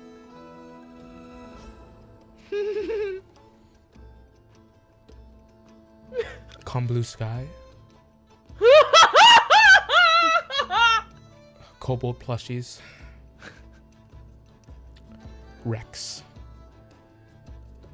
All right. Are you okay? Yes. Just delayed response. Is she a berserker? What is her class? She just goes, well, she snaps her finger twice to the bartender and goes, key for them. And Ebli just gives you goes to this like little arrange where you see like multiple wooden tags are attached to keys. picks one up, pops one in front of you. Thank Yes. you. Enjoy your day, Cecilia. You too, enjoy the peace and quiet. I won't, because there won't be any. Because this is the hell that I've been assigned as soon as I took this job as provost. Do you like it? Do you, Cecilia? I'm sorry if I, Oh no. If you want to have this conversation, we will. we don't have to if you don't want. If you're going to insist, I love this job. Oh I my really- god. Oh no. But it does have its stressors. You see, I'm a person of order, and she will keep going if you allow her to. She's listening Oh no. and nodding. Eventually, Jean-Claude, the slapping of your face wakes you up.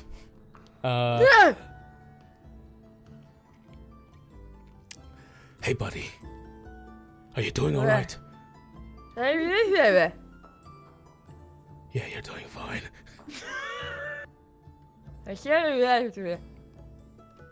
Here, smell this. No. Smelling salts. Whoa, it hits you right Way away. up. Ah! Fuck! Ouch! Burned my nose. He goes. Elise, upon hearing Jean-Claude's voice, just. It's a trigger. People are usually unconscious for 3 hours following the Elise plex. Oh, never mind. I was going to cast silence, but I didn't prepare it this morning. That's fine. Turned against by my own. You should be on your way now. Unless you wish to join the adulations, then in that case I will not be here. And I will not be expecting a mess to clean up in the morning, she says to everyone else. If I find a single speck, even a single one, I will harm Jean-Claude to an umpteenth degree. Hey! And it will be all of your faults. Do you understand me? Wait, what? Whoa. But I am punished for it? Her head turns towards you. There's a little like rusty creak sound as she. I think it's better not to argue, Jean-Claude. Hands up. His hands are up. His hands are up.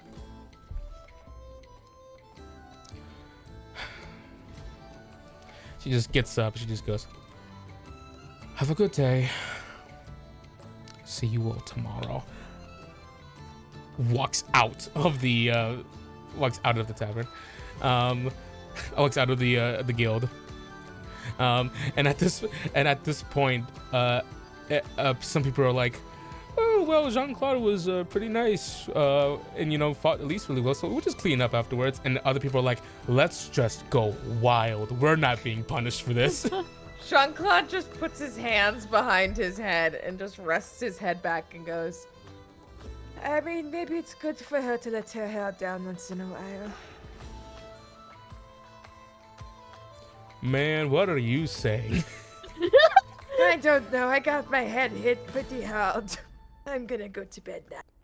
He'll start slowly creaking, moving to go up the stairs. Hey, you should take pride in that. Okay. People are usually Are we conscious for 3 hours. Oh, wow. It's because I'm a Groven guard. He's really good at being knocked out. That doesn't sound like the way I meant it. Cecilia just feels a gentle but heavy hand on her shoulder and just a few more taps and goes, Enjoy your victory, Cecilia. I'm going to bed before I puke. and he's gonna go up the stairs and go to bed. I look at the bartender who she got the key from, and I go, is there any chance we can have 2 rooms? Yeah, absolutely, no problem. Thanks. Boom. Got the key. Joining rooms. Okay. Okay. Not adjoining, just neighboring rooms. Oh, okay. As you're gonna find your way to the bedroom. Yeah. Jean-Claude doesn't even know what room to go to. Yeah, I'm trying to No come fucking through, like, idea. here's your He key. has a really bad concussion. Oh no. Not doing so hot. Jean-Claude, you stumble your way upwards as Cecilia.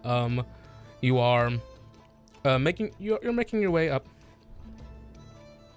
The two of you eventually find your rooms with proper accommodations. Actually, some of the I don't know if you guys been at an inn. Yeah, you've been at an inn. Yeah. Better accommodations than an inn. There are rules put on every every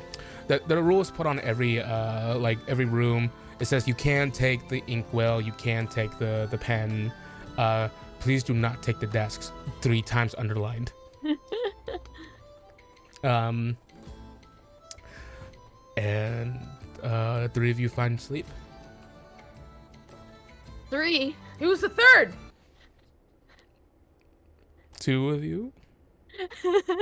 Secret third person. Who's the I will secret say- third?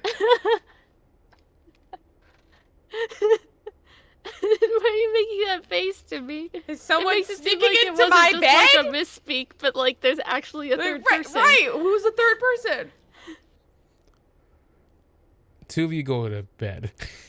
I do have one thing I want to do. Since we leveled up last time, as she's going to bed, she's been practicing this the past few nights that she's had not busy since her and Stellar split up because Stellar had mentioned a spell that she'd said that she was also trying to learn to communicate with people from long distances. So she has the little wire that's used in the spell. And she's just been practicing the past few nights, and when she does the spell, she thinks it works this time, and she casts it on Stellar.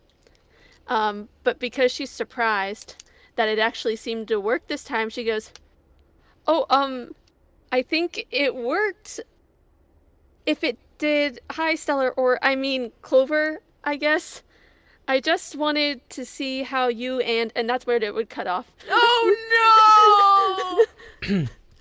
How you and Jaime are doing. I think I got the spell to work that you were talking about, and then but she can't hear that other stuff."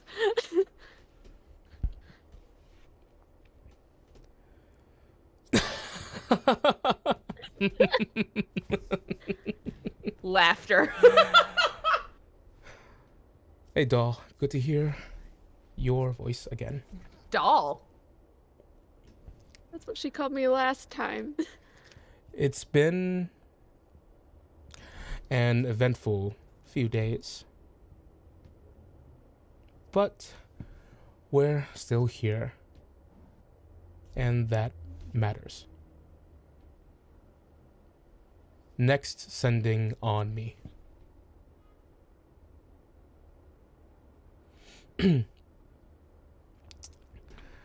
Just 25 words, by the way. Keep count. Just and Digi goes, says, make all your words count with me. If you really like me. Wow. He's going really heavy-handed with it. Wow. No, that's how she's been. That's the I kind of know. character. Wow. No, not wow. No, not wow. Okay.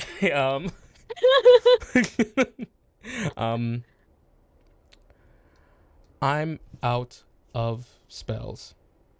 Respond. Good night. So that was the second sending she sent? Yes, you Gotta respond. be. Okay, so I can reply. Yeah, I was like, that's a lot of words. That's a lot of words. She goes, did you just figure it out too? She actually keeps saying, No! Jean-Claude and I just freed a bunch of bullywugs from an evil queen, and I killed, accidentally cuts off again. God damn it, Cecilia. She's because she was gonna say killed a bullet, but she didn't count the because she didn't think it would count. God damn it, Cecilia. But that's where it ends. That's where it ends. That's what. And then she does have one more spell slot. But now that she realizes that it works, I think the thought for Delmira would come in again. And I don't know if we want to do that right now, We can or if certainly we do should that. wait. We can certainly do that. Okay. Here we go. It takes her a little bit. I think actually this one she'll probably actually write down what she wants to say before she says it. Because the stuff with Stellar didn't seem to work that well. And because she is very nervous about it. But she'll say,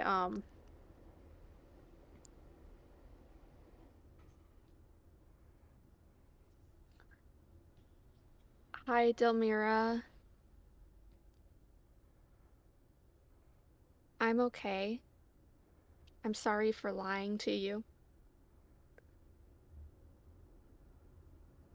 If you're following me, please go home.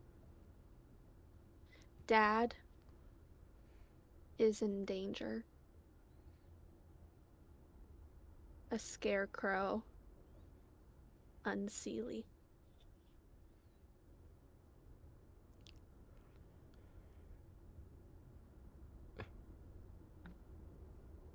Sis, and it cuts off there.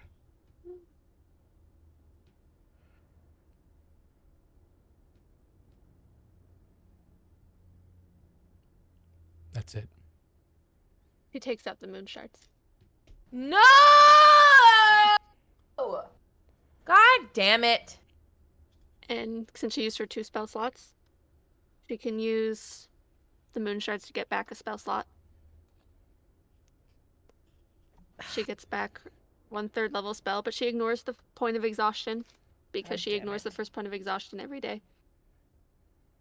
Fatigue. Oh, Cecilia. And she says, Delmira, are you okay? What's happening? Why didn't the message go through?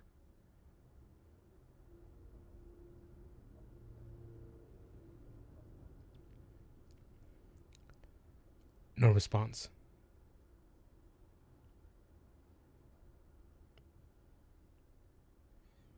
And you wait for a bit. Nothing comes. Oh boy.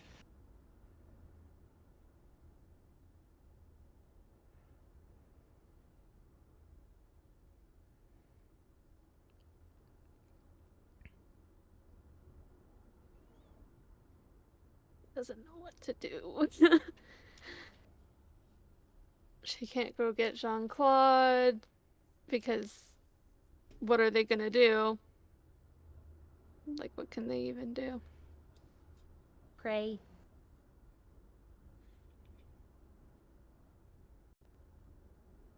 But she'll just sit there in the room with the moon shards and try to wait to see if something changes. Maybe eventually fall asleep. But she's trying not to.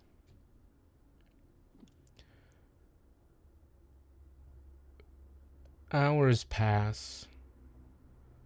Your legs grow numb in the various positions. You forget to shift your legs around to get the blood in, and you are met with this agonizing, relentless silence.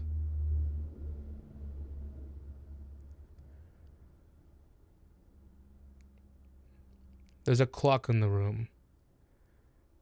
And when you think maybe 5 minutes have passed, you look up and you see that the shorthand has moved a couple more notches as hours pass.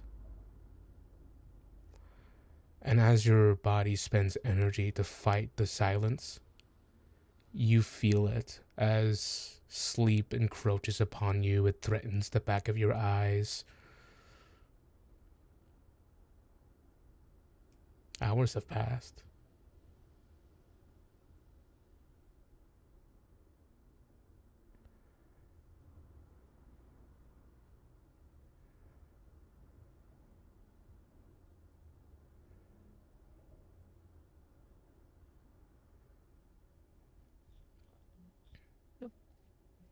While she was trying to stay awake, she does probably eventually fall asleep, even if she doesn't want to. Wait, she's not wearing her dream cap. No, she wouldn't be in that case.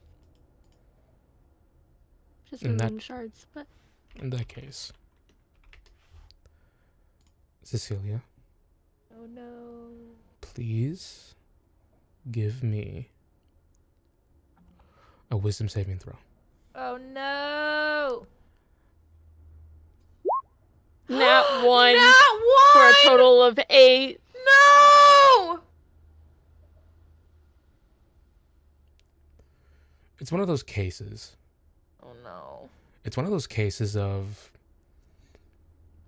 you know how some nights you want to wait, you want to keep yourself awake. Maybe a conversation is going really well. It's too fun to sleep, but sleep nips away at you. There are times where you sleep for just like 2 seconds, but then you wake up and realize what a close call that was. You fight it away, but eventually, within the confines of your bed, the one time you do close your eyes, it's final. Sleep, in most cases, it wins.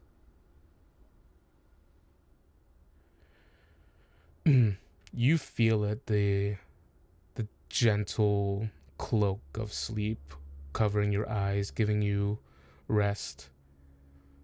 Maybe when you wake up in the morning, it'll still hang heavy over you like a hangover.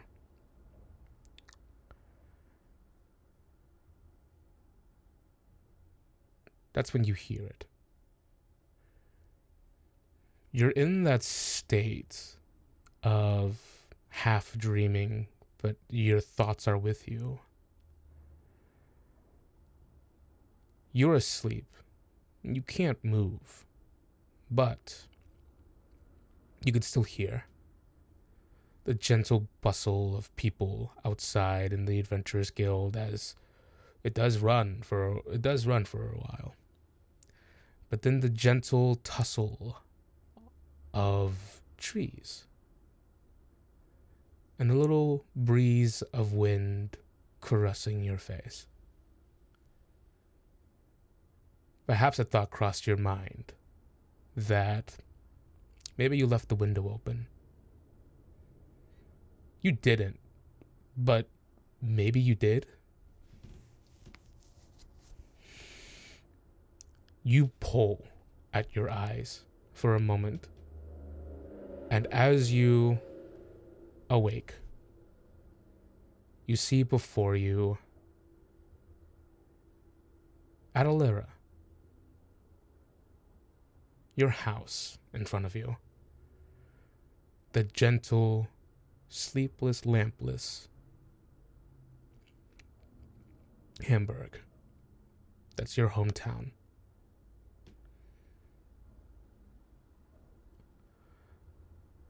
And the lights are on in your home.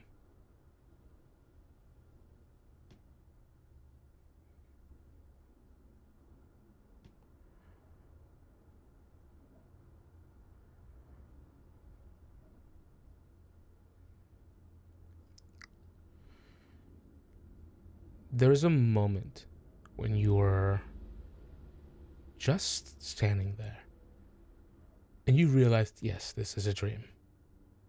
I'm dreaming right now.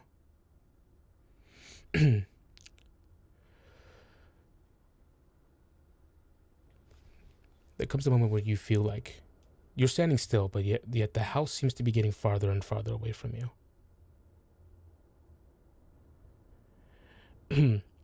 And as this effect sort of goes on, behind you, you hear, Cece? Little moon. She turns very quickly. You see the face of your father standing. He is wearing the outfit that he wore when Delmira attempted to go save him that night. There's a clueless look on his face as he's looking at you with genuine confusion.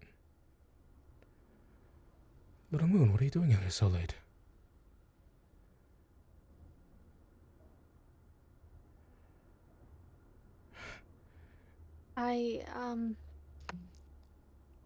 She already knows it's a dream. So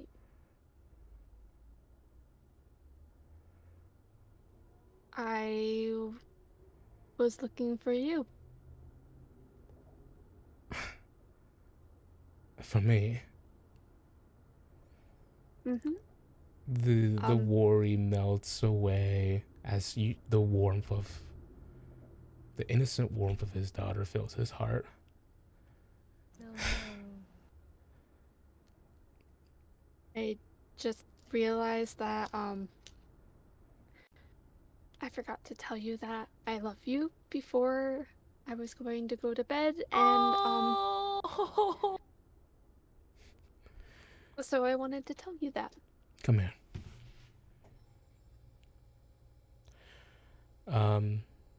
He walks up to you. He had recently shaved, so he has some sandpaper quality to his to his facial hair at the moment. And as he walks up to you, he engulfs you in this warm, fatherly hug that seems very, very familiar. And he does that thing that he always did before, where if the hug gets a bit too affectionate, he'll break up the tension with a little rub of his sandpaper-like hair on your forehead. And you feel it, the familiar burn of his hair rubbing against your forehead. She can feel it even though it's a dream and stuff. Yes. That she feels like it's a dream. Yeah, she's already crying. Oh. Don't worry. I'm here. Dry your tears. He places a hand up to you, wiping your tears away. And he goes, I'm sorry your sister isn't here. She's, you've heard me say it a lot of times before, but she's away on important business. But one day she is going to come back. And we'll all be together again.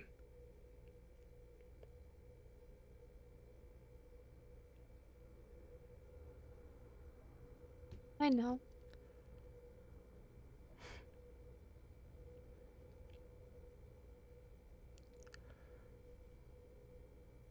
I love you too.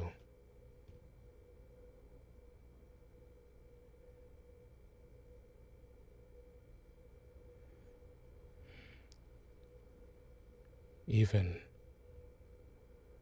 when you leave me. Even when you run off. Because you've given up on me. Fuck! this nightmare. I hate this. Yeah, JT, I fucking knew it too. It was gonna be a fucking douchebag fucking move. You've... I Why else would you leave me? Alone? have... No, that's not.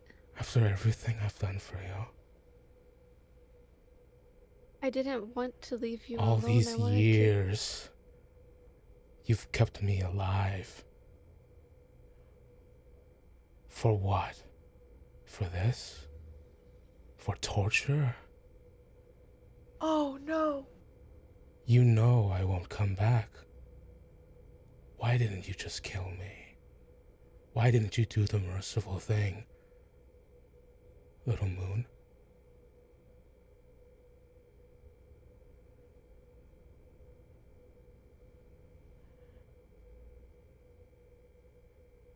His hands slide down for a moment as he is holding you at like forearm length.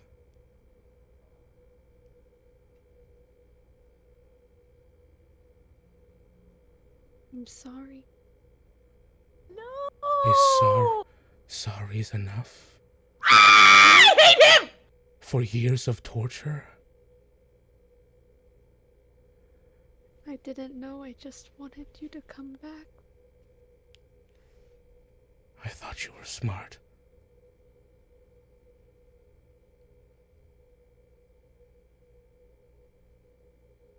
I'm glad my wife died. As his hand slowly begins to wrap around your neck. To see this little fucking failure that we call our daughter.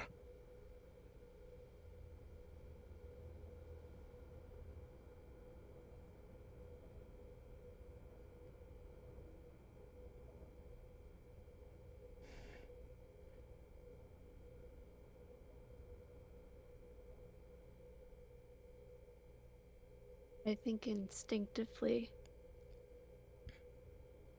she does try to pull away.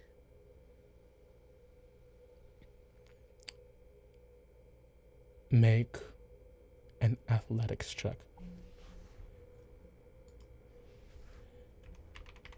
Tell the nightmare to fuck itself, CC. This was supposed to be a fun session, guys. Sorry, it's Another nat one. Another No, nat one for no, a no, four. no, no, no, no, You no. got two nat no. 20s earlier. I get No, two nat ones. no, no, and they were dumb fucking shit. No, I just can't make no, this up. no, no, no, no. You pull away successfully. But as you do, as you stumble backwards, something tugs at your front. A chain. As you look down to see the chain, you look up and you see your father now. You are in the bedroom. A familiar scene multiple times over. Your father in his bed. You beside him, taking care of him. The food that you ground up to feed him. Everything you've prepared. And another chain comes and wraps itself over you. You are the chain's directly coming from beneath the bed, wrapping itself around the feet of the bed, wrapping around you. As you are attempting to pull away, you hear a voice call out to you. Feed him. Feed your father. He's hungry. Scared. Don't She you tried want... to wake herself up. She still remembers it's a dream. You make the attempt, and you hear, not yet. Ew, ew, ew, ew, ew. Not while I have you. Cecilia. Idle wind.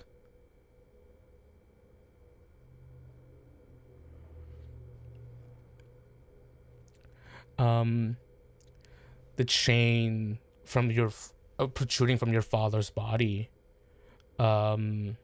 began to sprawl out and wrap itself around you. And when you look for any hint of freedom, you do get it in the answer of Delmira to your side, walking away out of the village entrance where you will always watch her walk. And you are chained here to your father. Ouch. Darkness, a very, very cold, frigid darkness, suddenly overtakes the scene. And you see murmuring awake this slight orange glow in the distance. As the face of what looks like a jack-o'-lantern's face begins to light up like the very dim red edges of a candle. You can just barely see it in the distance. And a sound of a singular chain dragging across the ground.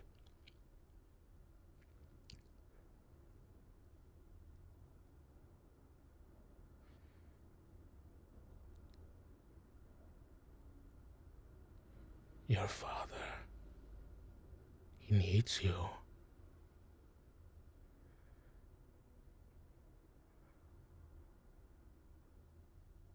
You're the one Jean-Claude talked about. Good job. Yes. Many don't have a name to it.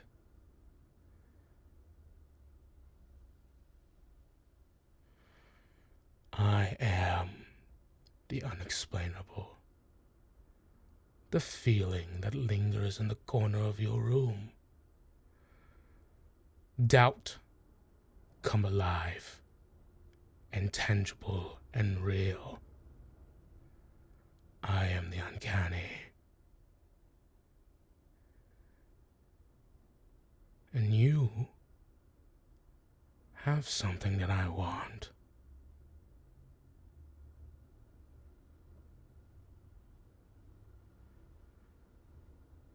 A leech. Something that's sucking you dry.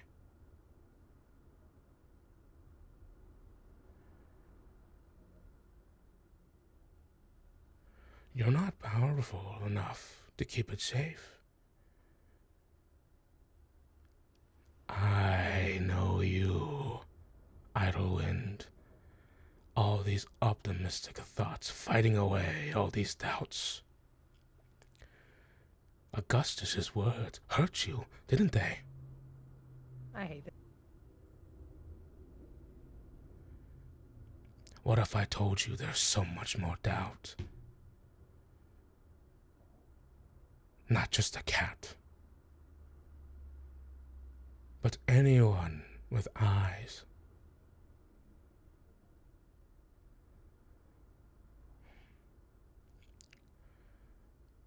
What if I told you that it is preferable for some for you to hold those shards? Because then it will be easier to take it from you than from Delmira.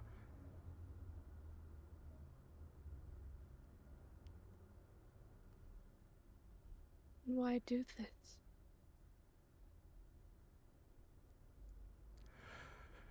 Young Cecilia, I can help. Put all of this away.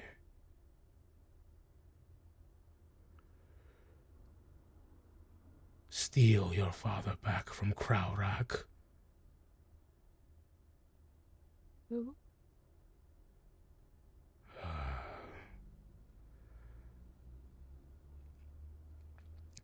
Goes, you see, that is a name that you wouldn't even deign come across during your venture. You weren't even close to knowing. Kraurak. I'm gonna spell it in the chat. One more. Let me spell it out for you. I already wrote it in my notes. This guy's a Yeah, douchebag. that's wrong. I hate him. That's well, he's dumb and his names are dumb and he's dumb. Yikes. Okay. I'm just trying to be. I'm just trying to do something here. Gaben, I know. This guy seems goes, great at parties. Have you ever heard of Malar, a god of savagery? His divine spark is no more. He's been felled. A god has died. Taken by a new, more savager god.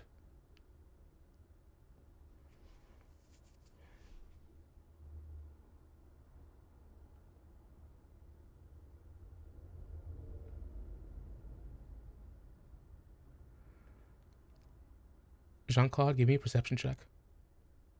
Please, please, please, please, please, please, please, please, let me shut this fucker up. Dirty 20. The snoring, the drink heavy on the breath. But your guard senses catch something. As you catch the faintest hint of something that gives you pause. Your snoring stops. You're barely conscious. As your eyes blink open for a moment, you hear something in the hallway.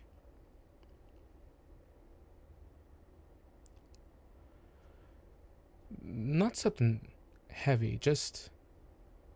Usually there should be footsteps. I mean, that's what hallways are for, right? But something light, something... What's the sound you've heard before? Straw? Oh no. Absolutely fucking not. He's moving. You move. And as you do, you open up the door, you step out, and as you look to your left towards Cecilia's door, this entity looks at you at the same time. Its bagged head tilting to the side. A scarecrow with its hand on the doorknob at the moment. It is instinctual. He does not even grab his weapon. He just full on tackles this fucking thing to the ground. As you tackle it to the ground, I'm gonna go ahead and give it to you. It's a scarecrow.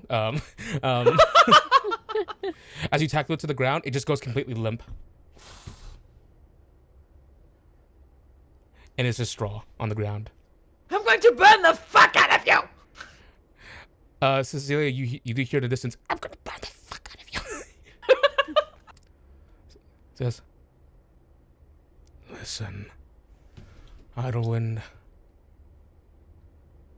It's a ticking bomb. These shards, they put you and your family in danger.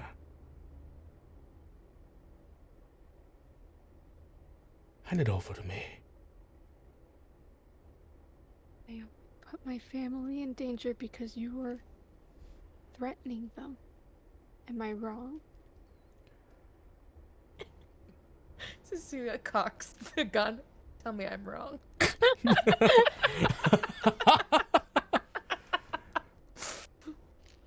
Do you think that it ends or even begins with me?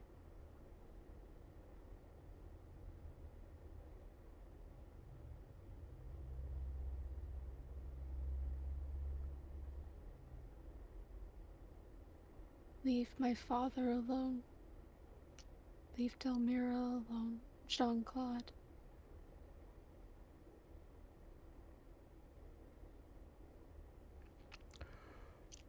A heartful request.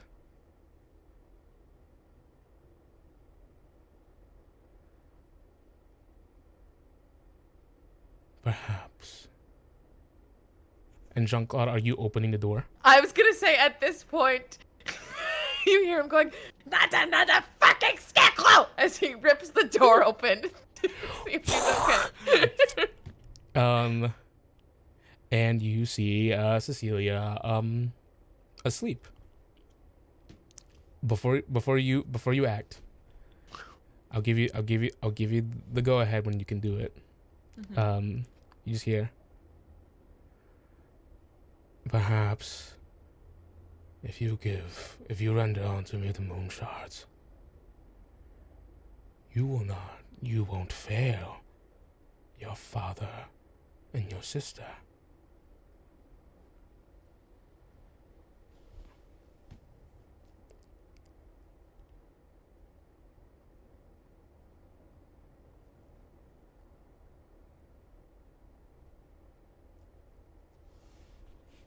That would be one of the biggest failures I could give for Delmira.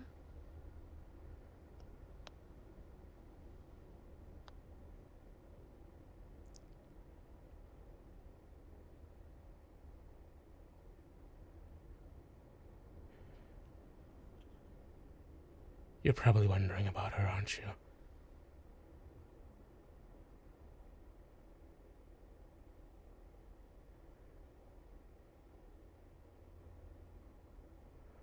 Wandering in the dark. Just like in Jean-Claude, you want to do something? You unseelie piece of shit, motherfucker! If you touched one hand on her head, one fucking piece of straw! You hear from the back of holding, hold on, there's a motherfucker here, let me at him! I told you he was. There's a fucking. Where are you? And he's like digging through the bag to grab a Aphaeus. Where is it? Do you see it? What do you see? What? The only eyes. This is, where's that bitch? Hold on. Put me over there. Cecilia, wake up! You know, it doesn't do anything. No. It doesn't do anything? Okay, Jean-Claude's gonna go, okay, hold on. You watch over us. And he puts Aphaeus, like, on the windowsill so he can keep an eye on the door. Don't tell me what to do. I'll watch over you all. And at that, Jean-Claude is going to, lean down, because it's odd that she's not. One, it's odd there's a scarecrow outside her door.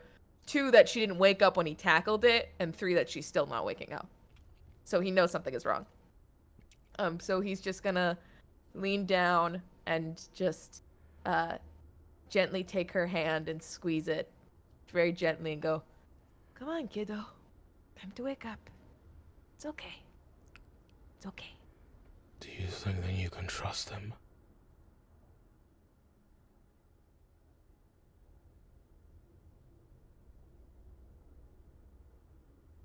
It's like what? Where is Delmira?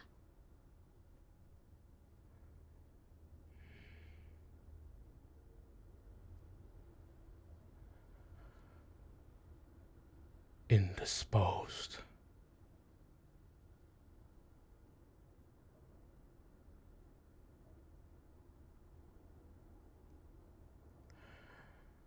And if you don't hand me the moon shards right now, I am going to kill her.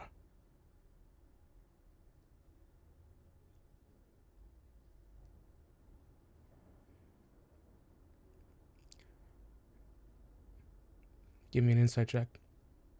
Yeah. He's lying. Because He's he can't lying. do that, but she He's doesn't know lying that. because he's lying because he needs to give them to Delmira. 13. He's a liar. He's an old fucking liar. Hey, chat. Guess what? You get an exclusive role. Chat, have him fail it. Have him fail. Chat, I need your energy. Chat, have him fail. JT goes, oh? I'm listening, says India. Albergo's gonna give him advantage. No, Albert, get out of here. Albert! No. I'll take it. No. But if someone else gives him disadvantage, then it just evens out. Disadvantage, disadvantage. The JT is upset. The father of scarecrows. has meant every word that he said. No. No, he rolled high. Disadvantage. Disadvantage. You guys have to stream up too, right? I do. Silvery barbs. Silvery barbs. He's a liar! He's lying. He's lying! Wait, can we see what he rolled? Let me see. Oh, no. Wait, is it on stream? It's on Yeah. Oh, no. He's lying. He's a lying. Sorry. Thanks, He's Albert. a lying. I give this roll out to Albert and India Marie Paul. Don't give it to her. She wanted to sabotage him. He's Thanks. a liar. Thank you. He's a liar. I don't you take get it. Good. JT is about to stage his own French Revolution in the chat. Cecilia goes, if you could do that so easily, why didn't you just take them from me yourself? You sent Farlius.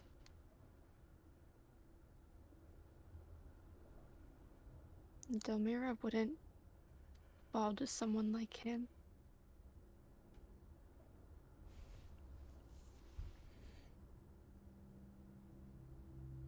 Playing There you chess are. now, motherfucker.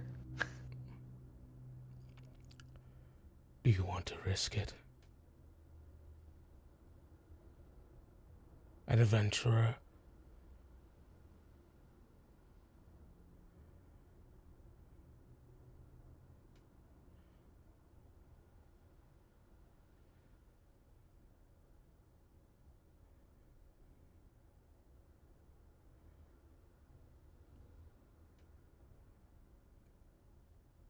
It's so clear that she's torn because she doesn't care about anything more than her family. But the moon shards are very close up there. Jean-Claude, do you start elbow dropping Cecilia? I think he would. Sorry, guys, I'm looking at my spells. He will cast. Oh, thank Christ. I knew I had it. Protection from good and evil. Ooh. Wait a second, motherfucker. Give me 1 second here. Let me see what this is doing. They real are quick. on the list. They are on the list. Jenny Sherrard, one of the best people I ever know. And it needs holy water, so I think he would like dig through Cecilia's bag just for Can't- water. This This is not his forte. you're looking for it. I know when you think about it, you'll just get it. But like you're just kind of like searching for it, and for some reason like you're not getting. And then you hear Apheus just goes, "What are you looking for? What are you looking for?" The holy water. Ah, spa water. Think about that. Spa water. And you pull it up. It's holy water, but it has a label on it called spa water. What the fuck? Okay. And then he's going to and I think you need verbal, somatic, and material. Oh no! I threw my phone. So I got stressed out. So I think he goes. So yet again, this is technically like a cleric spell, so he has no fucking clue what he's doing. So he's just dipping his hand in the spa water and just sprinkling it over her and going, "Go away, get away from Cecilia." Is So that working? Cecilia cast this exact spell yesterday, and then Is it working? Is it working? Shut up! I'm trying. And then at some point he's getting stressed out. It's not enough pour it water, on and he her, starts pour it. drowning her. Cecilia, it begins to rain. And as you stand in front of this behemoth, hunched over, crooked figure, he just goes,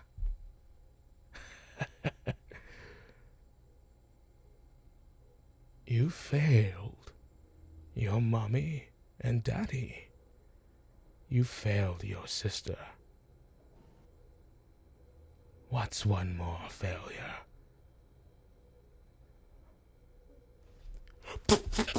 Just mushrooms. Wait a second. Mushroom spell. Drowning. You wake up and see Jean-Claude. What? Are you? What? A mage hand slaps you across the face. The moment he sees her wake up, he just pulls her into a big, big, big, tight bear hug. That's right. Suffocate her. That'll wake her up. I'm awake. The mage What hand are you worked. doing here? Are you okay? Am I okay? And he flings her back, and he's holding on to her. Are you okay? There was a scarecrow outside your door and you were not waking up. You look at the doorway. Scarecrow's not there. I was not seeing shit this time. I have been on drugs before. This is not the time or the place that I have done them. I promise you. Hey guys, can you keep it down a little bit, or at least close the door? A person walks in the doorway, just in there. Shut the fuck up! And he stands to his full height because he is very, very stressed out. Oh jeez. All right, I'm just gonna close the door. He closes the door. He sits back down and goes, "There was a scarecrow outside your door, and then I tackled it to the ground, and you didn't hear it, and you were still sleeping. So when you came in here, we're like, Cecilia, what the fuck is going on? And you kept sleeping. I was worried that something had happened."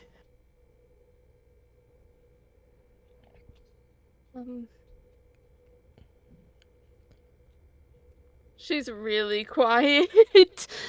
Okay, so something happened. What happened?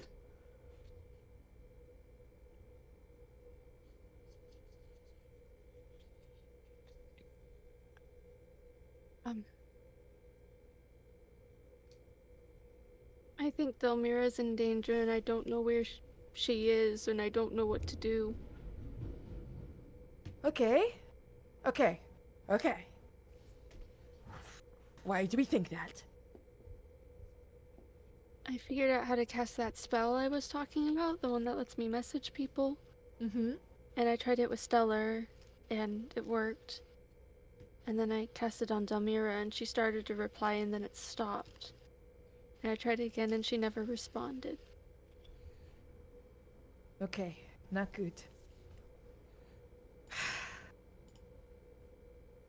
Could you send a message to Augustus, since he should be with her?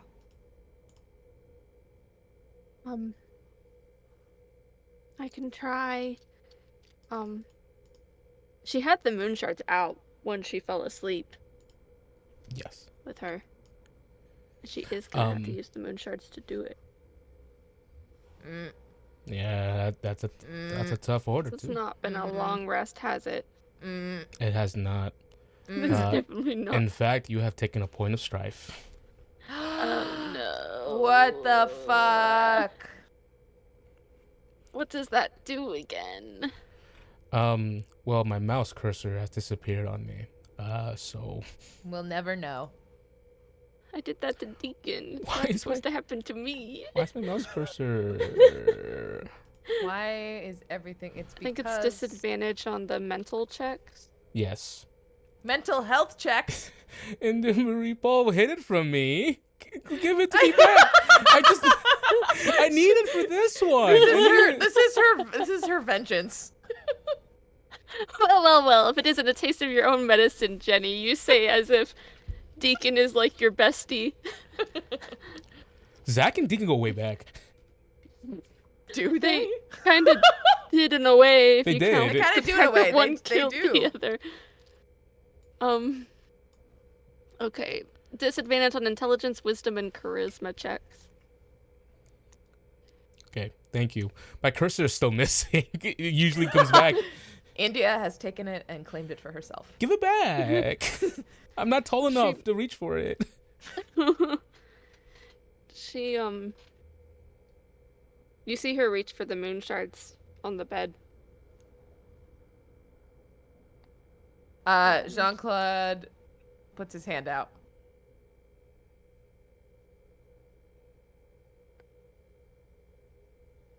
I don't have enough energy to cast it again without them. Maybe we could ask someone else.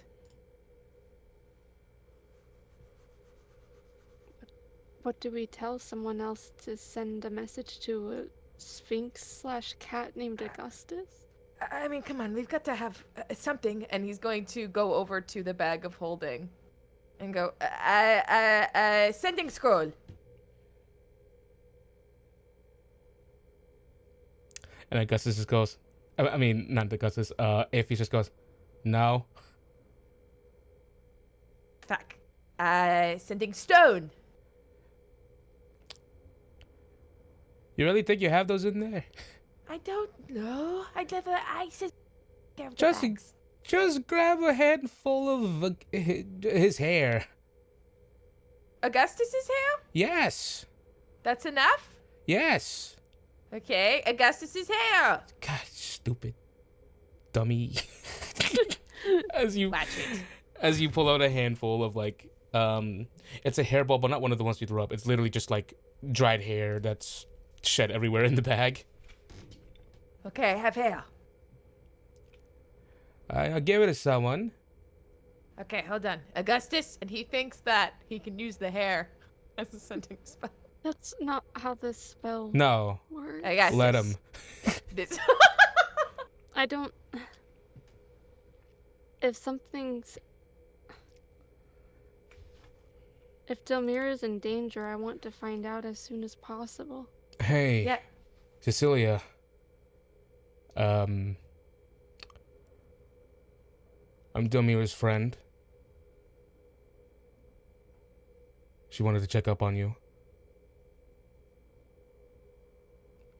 He goes, I'm from the same adventuring group as she is. Go ahead, let me know how you're. And it cuts Your- off there. Your what? Location?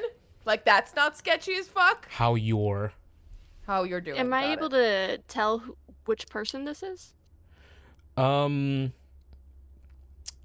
Right away. I mean, like, Delmir definitely hasn't like brought up like anyone's voices or anything like that. But Yeah. the platinum vixilium, it's like, maybe you're not able to tell, but like if you want to use, if you use process of elimination, this is like probably like the one that's her age in that group, the tiefling. Mhm. My cursor's gone, so I don't have I can't click on my notes. She goes, yes. Is she okay? I tried to tell her she needs to go back to our father. There's an unseelie scarecrow threatening him and her.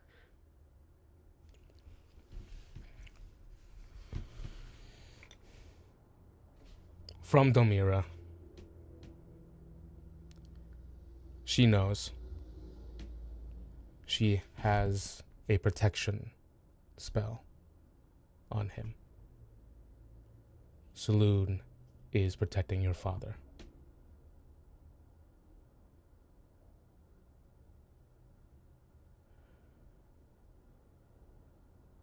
We have to deal with a few things.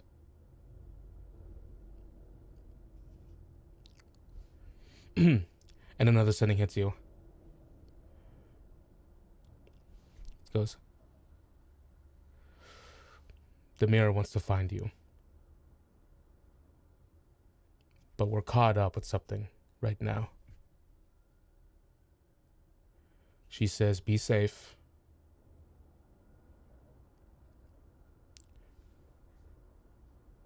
And one day she will catch up to you.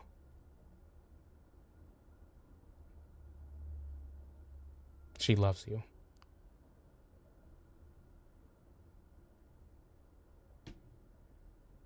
I love her too, but she really needs to go home?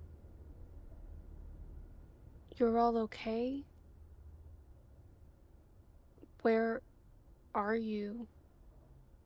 What are you doing?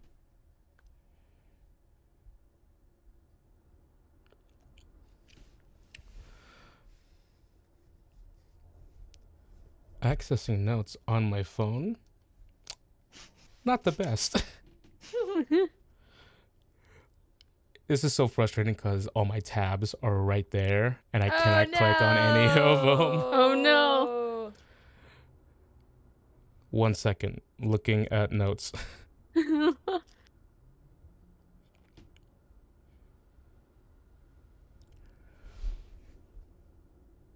Where in Velvetide?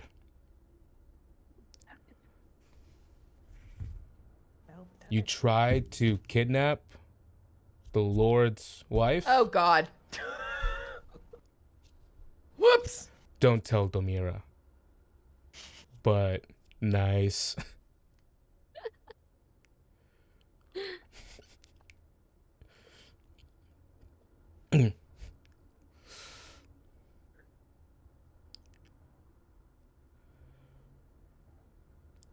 We'll find you if we want to.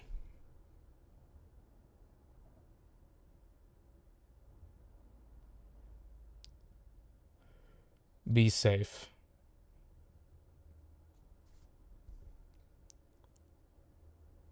But what are you doing? You said there's business. You have to handle what? What are you doing? I hate sending. All right. How many spells does he have? Let me think. These are high-level adventurers. Domira's group. They're like level what, 9? Like 9, yeah. Jesus.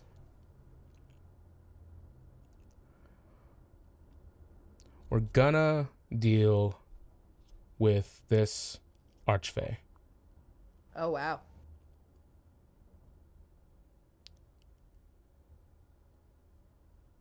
Don't do anything rash. Like kidnap lords' wives. Though you have my approval.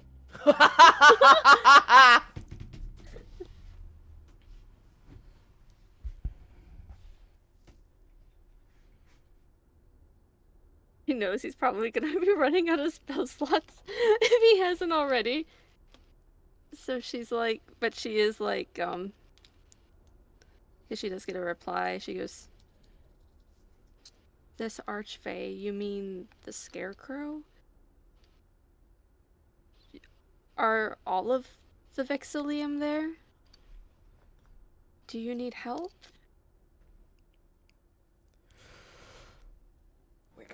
Too many questions.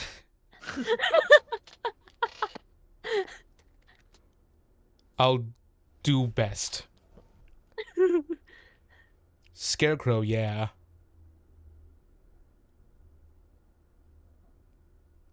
Everyone no.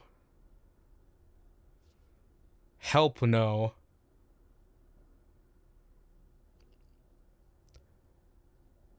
I have too many words. Could have saved life with spells. Oh no. No more. Kidnap. No more kidnap. The kidnap thing is complicated. But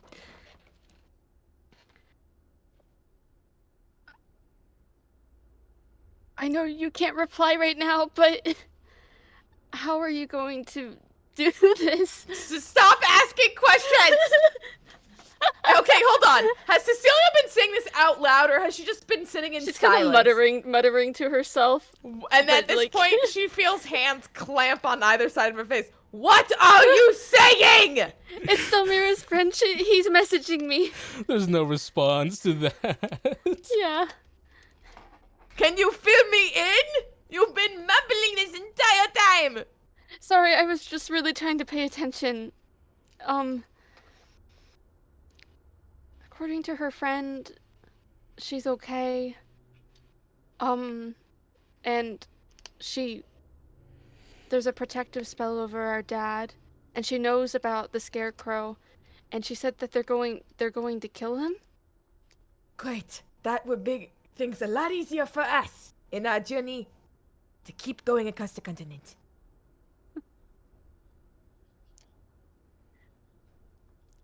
From now on, because Albert has a good point, we have to do it in 6 seconds each time. No, no, never. Oh my god. Okay. No, JT Either make goes, me no! count or either time me. You don't get both. I was gonna say that both is extreme. Yeah, both of these are in. We're doing the 25 word one because it's really funny. She goes, they say they don't need help, but I don't know what they're doing. I'm just glad she's okay. She realizes that she's about to get into territory that's not going to make sense to Jean-Claude and just like cuts herself off. Okay. Well, I'm glad that she's alright. I'm glad that your dad's alright. But Cecilia, I think we should start worrying about And he looks at the moon shards back up at her. us first.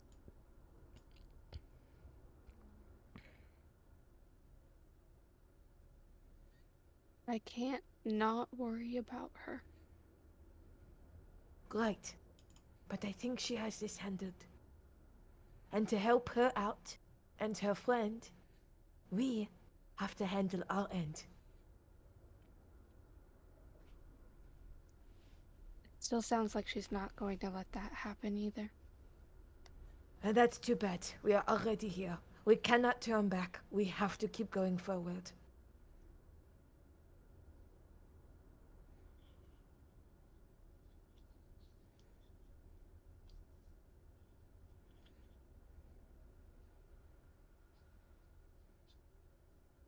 I think that Faye you talked to also talked to me.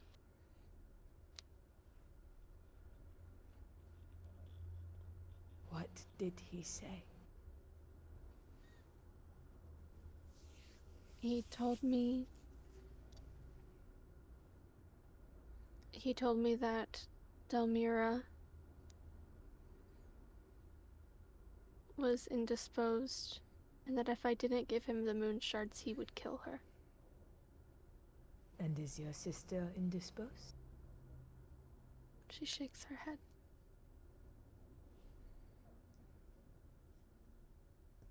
These I Fae, think And he taps her forehead gently. be careful up here. They like to play.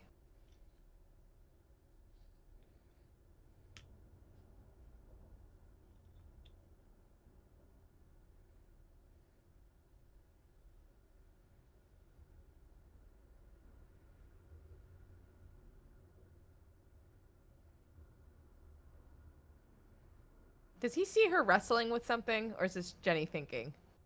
no, it's definitely her. Does he see her wrestling with something? Definitely. She's right in front of you. What else did he say? That was basically it. Well, no, not completely, actually. He said a name. I already forgot how to pronounce this from my notes. Crowrag. Crowrag. I Wow, spelled his- it at everything. Quowlag. Who's Said- that? Maybe the new god of savagery. He said Okay. Malar was killed, and there's a new, more savage god, and he said that's who has my father.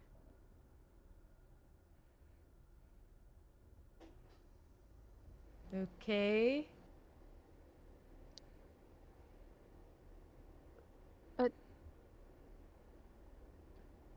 That's basically all he said. And that is what you're struggling with.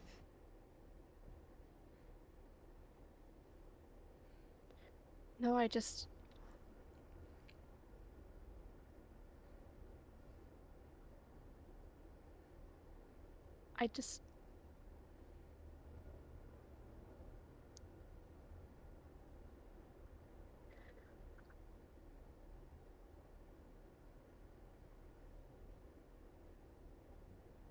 I don't know what to do. About what?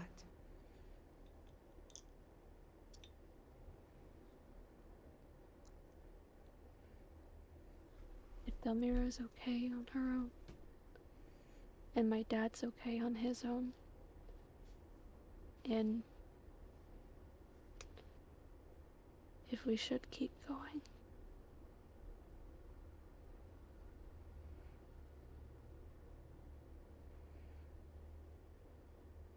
Keep in mind, Cecilia,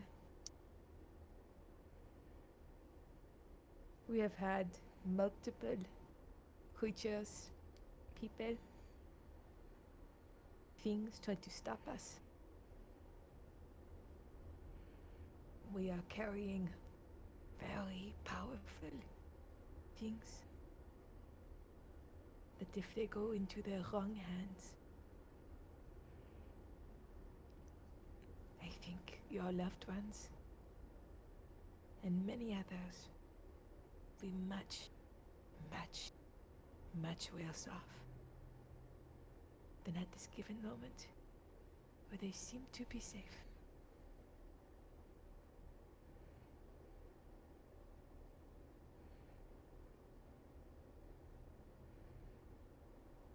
I did this to keep them safe. I didn't think it would make everything worse. It is not your fault.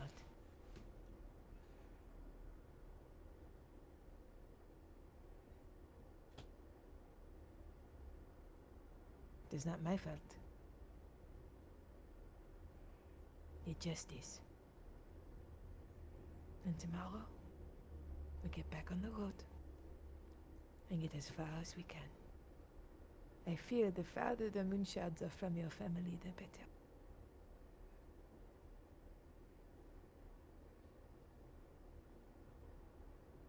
Nods a bit. Is that what you were worried about? That this is your fault?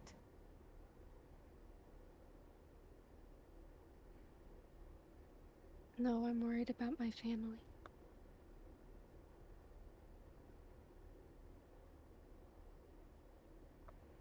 As a cleric, I think it would help to have a little faith in them.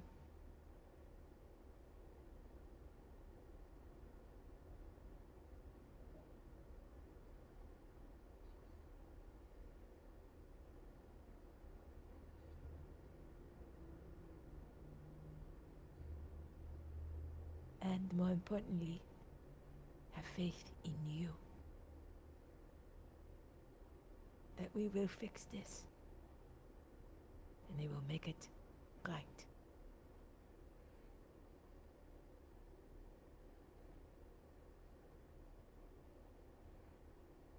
She nods. You're not sure if it's resonating with her, but she nods. But can I insight check? Go ahead.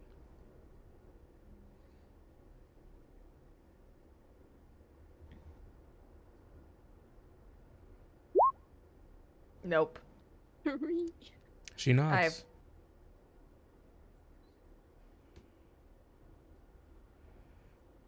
He's gonna give her just like a gentle pat on the shoulder and go, Okay, I'm going to pull my little sleeping bag in here.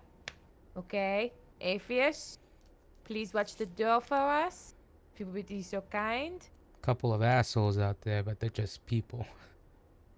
Yep, we can handle people. Scarecrows, we cannot. That is Did actually you break the lock on the door? maybe. That is something I might have done in my panic. I will neither confirm nor deny. Dummy. Atheus Fuck go. you. No, Maybe we fuck should you. go to- Maybe we should go to the other room instead. Yeah, this room is creepy anyway. Come on. And he's gonna put Atheus under one arm. Ah, at least put me in the bag. No! You need to stay and see the world! Fuck the world. Anyone in the hallway this late? Gonna think they're They're gonna see. They're gonna hallucinating. see. Yeah, they're gonna see a talking skull. Is what they're gonna see.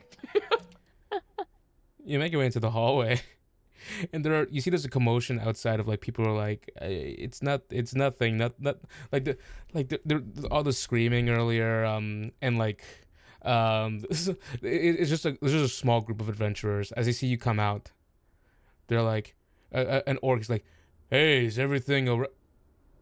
seeing the skull.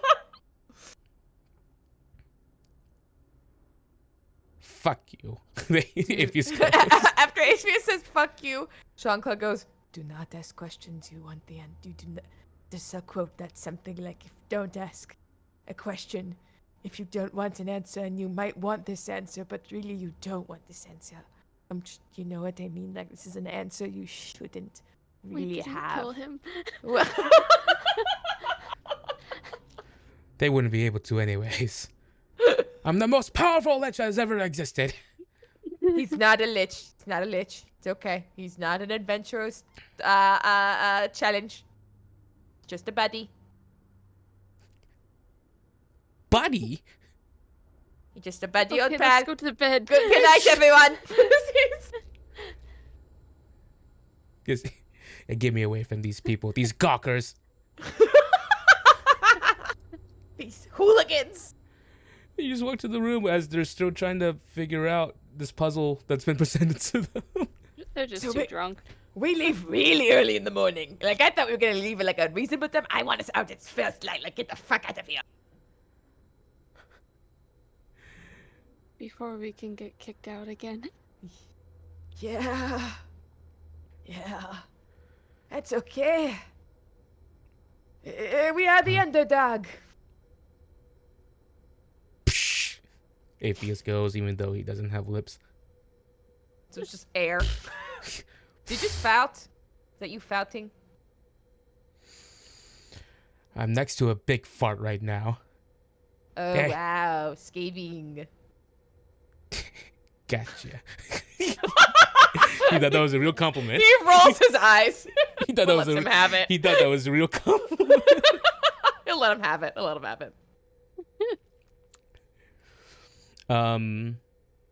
Long rest is had, except for Cecilia. Because she's strifely. I just realized I'm saying this now. This is not gonna matter in a little bit. You'll see why. As at least sleep is had. Jean-Claude, you being especially wary, and alarmed. First light eventually does come. Cecilia seems a bit worse for wear at the moment, but you just the age-old tactic of having her sleep on the wagon and you in and out never hurt. Getting ready to leave then? Yep. As you get up and leave, alongside Cecilia, having every one of your things packed up, ready to be along the road of Twines once more.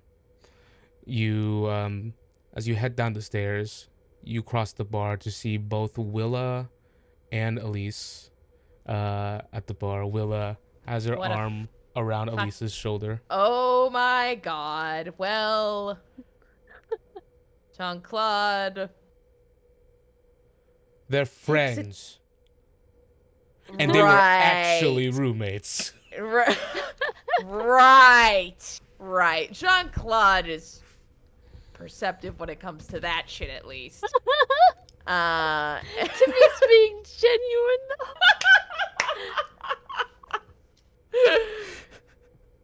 I'd like to think that before last night, Jean-Claude would have been a lot more, aware of their presence. But after all that's happened, and that the fact that the Scarecrows got like so close to Cecilia, he's ready to move. Oh, I will say that Willa does notice the two of you trekking across. And she just goes, trying to sneak by me unnoticed. Happens a lot. You can at least say goodbye. Good at that, to be honest. As their armors clank as they shift to look at them. Ellie just kind of sits up straight. She seems a bit more calm now. She was in the throes of conversation with Willa. Willa just goes, all right, well, I guess now is the time for a heartfelt goodbye.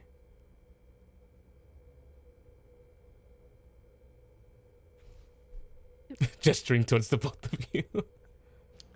It was really good to meet both of you, even if it was kind of brief. Elise nods towards you, Cecilia, acknowledging you. He goes, you're a fine young woman.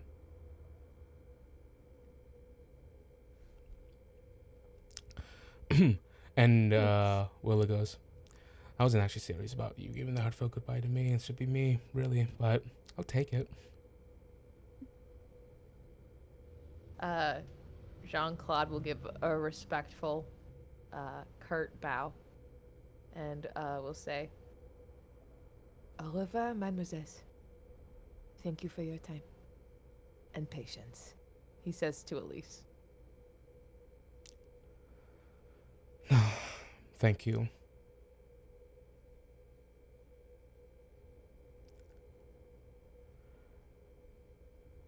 And Willa stands up and walks over to you, Jean-Claude. And just, well, she's gonna get you both in this very, very tight hug. For just a brief moment. She managed to get you both in there. Before she lets you go from the bear hug.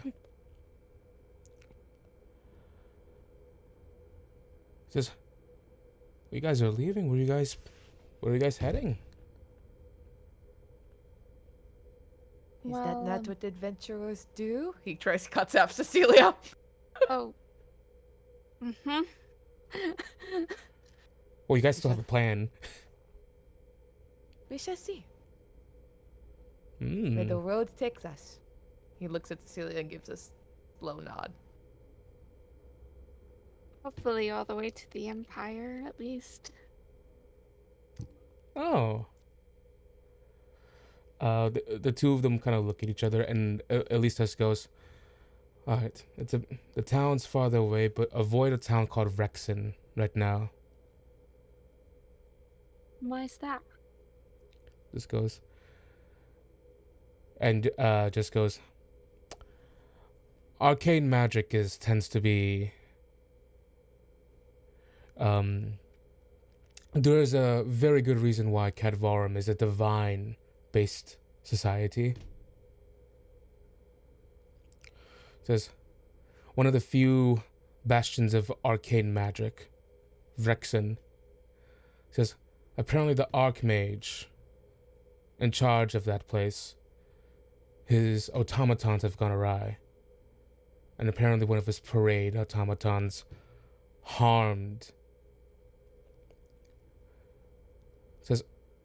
an audience member. Just goes, Oh.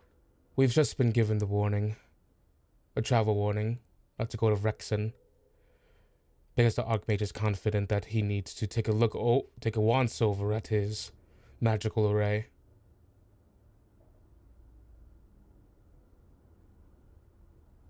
That does sound concerning.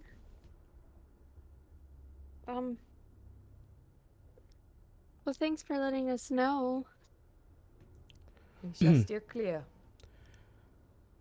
Willow goes, town's far away. Like, I would say, like, almost a week out if you're traveling at a good pace. So, who knows? Maybe everything will be resolved by then. The crown's not going to do anything, though, so just going to have to really put stock in the local law enforcement. She uses air quotes. Oh, boy.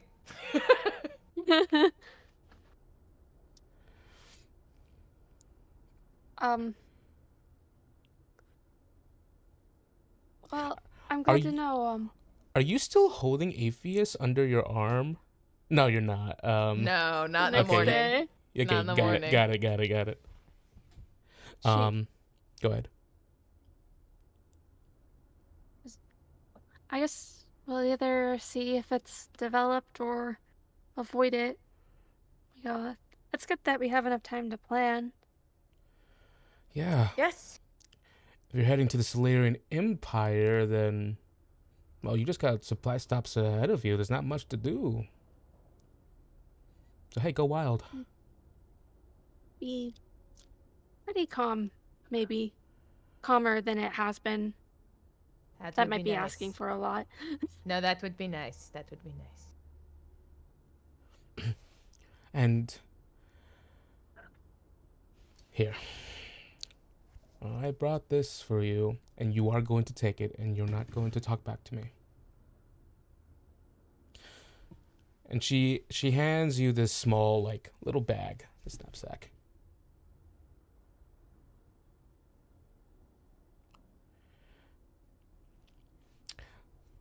You take it. Who did she hand it Two. Oh, Jean-Claude? she just holds it out for anyone. Oh, okay. Anyone to take. Cecilia is the items gal, so Jean-Claude will respectfully let Cecilia hold it. Every time this happens, they like pause probably a little too long, and then Cecilia Exactly, just takes look at it. each other, and then he And- kind of like and then she gestures ju- his head. And then she just goes, "Be brave." She opens it up. You see that it's an assortment of badges, seemingly all from. You remember some of these? Some of these are from well, all of these are from like Yim's sash. Oh, He wanted to give that to you. Oh. are these his ones? Doesn't need them anymore. With the I upward really movements shouldn't he's take having. that. What? What did I say about talking back to me? But Heavy side eye to Cecilia. these were really special to him. They are. Maybe he got something better to replace them.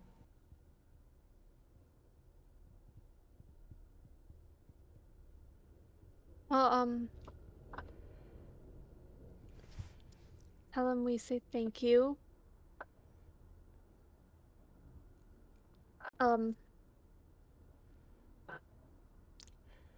Yes.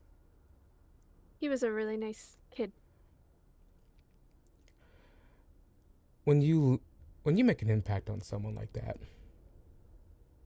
or anyone, and if you're gonna do this often, then this is going to be a reoccurring thing. Says, but in the middle of making your own legacy, people will want to impart very important parts of themselves onto you.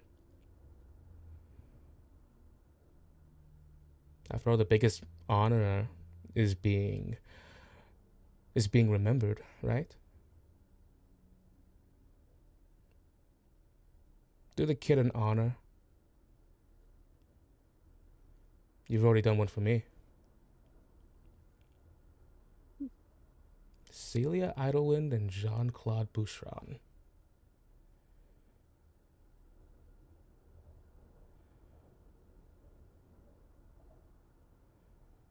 Well, I hope we get the chance to come back through here soon. Well, probably not soon, probably like a few months from now, but we'll definitely stop. Maybe you guys will be so much more buffer, stronger, battle scarred. I'm excited to see it. Glad rolls his shoulders back a little. He just kind of looks at you and just goes, "Come back in a few months." Yes, ma'am. You're pretty good. If my sister comes through, and stops, and if it's not too much trouble, I say kind of more to Elise, since she's probably the one most likely to run into her. Could you just tell her that we're doing fine? That I'm doing fine?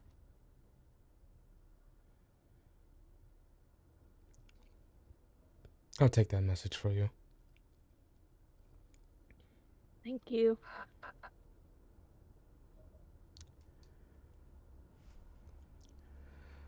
All right, well, that's done. The two of you look like you were off in a hurry. Here, I'll leave you off with one more thing, and this is from me. Nothing to remember me by. I can tell you're always gonna. I can tell you're always gonna remember me, so I'm not gonna bother with anything sentimental or anything like that. Here, this is for you. To Cecilia specifically. Holds out this like, holds out like this little like thing covered in a rag, and as you uncover it, it is a pendant shaped like with a depiction of a moon. Go ahead and give me a history or culture check. I think history is the one I am good at. Proficient in. Does it have to do with gods or holy symbols? It does not. Whoa! I'm just gonna click the history button then. 22. Yay! So in your study of like general like, history in the kingdoms, there is this large druidic circle in Silivren called the Elenion. One of the largest ones, and in fact, the archdruid from that circle is queen of that kingdom. Ah. Mom. Not my mom. Alia's mom.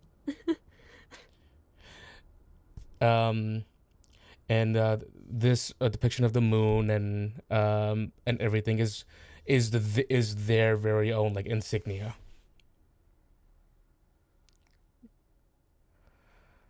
I left that life behind me a little bit ago, but I figured it should go with you, see some air, travel places, and maybe You're you run from Silivren? Yeah, we'll give it away. Shouldn't have done that. The sarcasm doesn't handle too well with you, I feel. Oh, sorry, she's already saying even though she didn't do anything. Ah, boy. All right. Okay, Cecilia. It's okay. I'll take any apology that comes my way. She's... Thank you, that's really nice. Maybe if you see one of my friends, flash that. Maybe they'll give you special treatment. Well, maybe if we go through Silivren. Maybe. Or outside of it, too. Don't know why you would even want to go to the stinky Solarian Empire. But if that's where your feet take you, then I can't judge. Well, we have to go through either through Silivren on the way or through the desert. Though I think the other way is more direct than Silivren. Well, hey, that's a long way. But I'm sure you'll figure it out. Seems like the two of you got some of the most important things that anyone in this world needs. Not talent, not education, none of that. It's persistence. He looks at Jean-Claude. He gives her a small smile and then nods to Willa and says, "Thank you very much." You're welcome very much. And Elise, you owe me a rematch.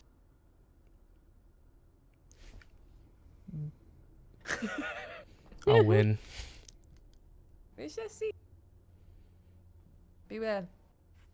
Good luck to you and your journeys. Best of luck to you as well. And then he'll stand aside and indicate, for Cecilia to walk ahead of him. Thank you. She's just holding it up again. Says, by the by, if you do cross Vrexen, and a chance to speak with Archmage notes, Archmage Brandrick ever comes up,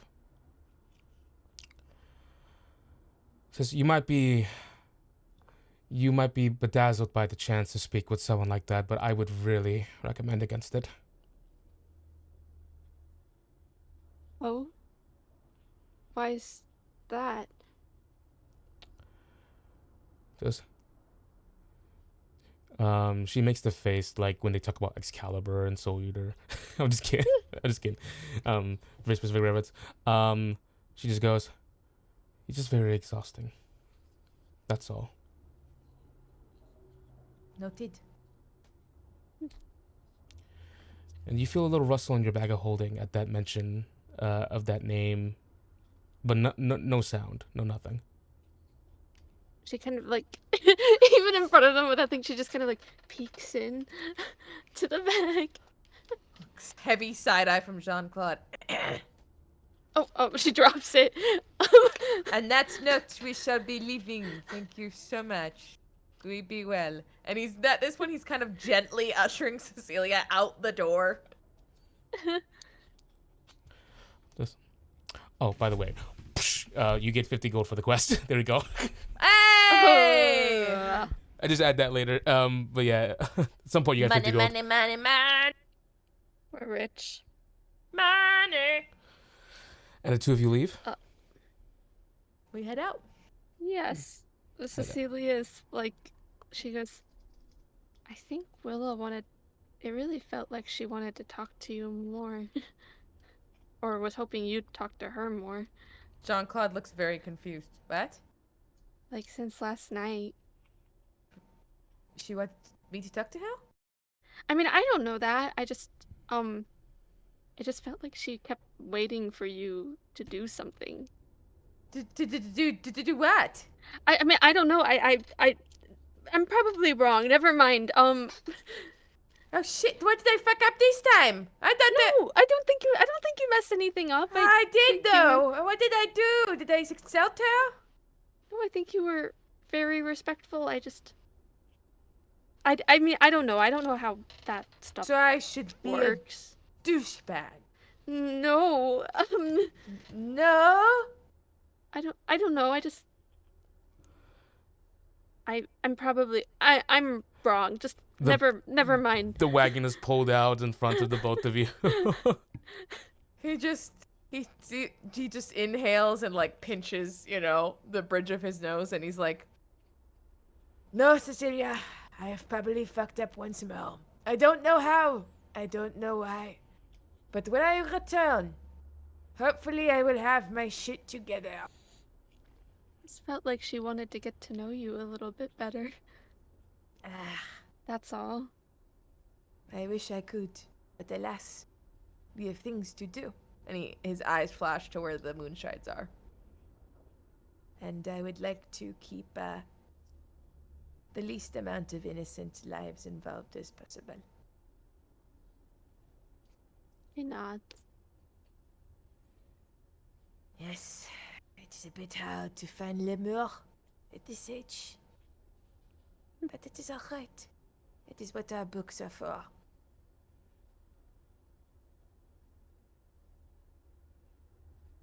Did you want me to start reading the that It's one again? really fucking good, but a little too spicy for me. Like, I'm an old dude, old man, like, old bro, like, I don't know. Like, I'm Well, not we really... could try one of the other ones. Yeah, like something more like just like, you know, like all about the romance. I don't really want to read about like the sexy stuff. That's not too much. As this Well, there's this conversation one. goes on, the two of you have on your wagon leaving Lundy's acre.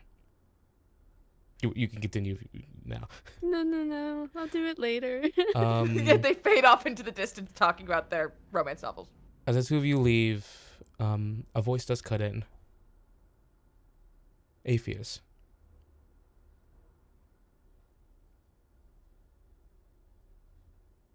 Bring me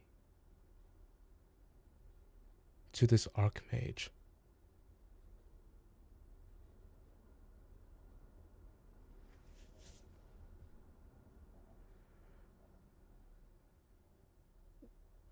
Why?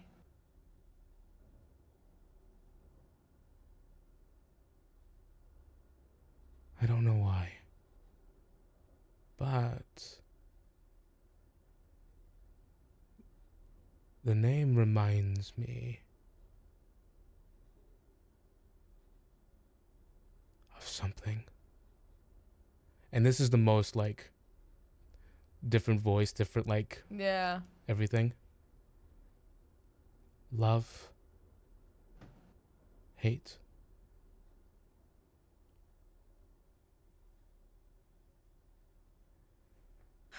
Please.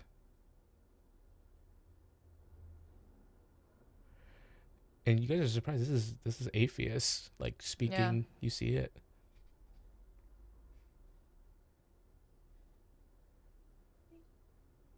We are on borrowed time, Apheus. But if you can justify to me how this Archmage might be beneficial in us knowing in our journey to return the Moonshards. He makes robots or something. Maybe he can make you a body?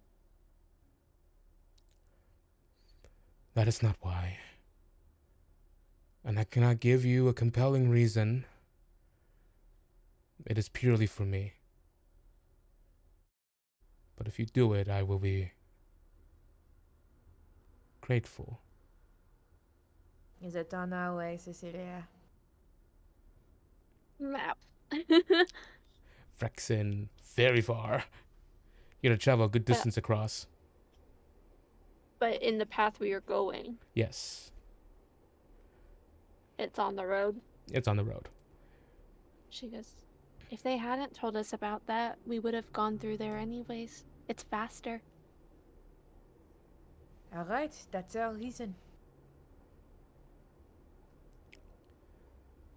Thank you, minions.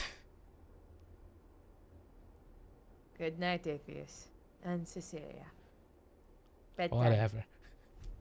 It's really early. She looks tired. You though. look like shit. Good night.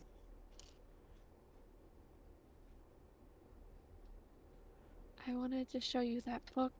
It's this like romance about this girl and You go to sleep. She, Let like- me read it.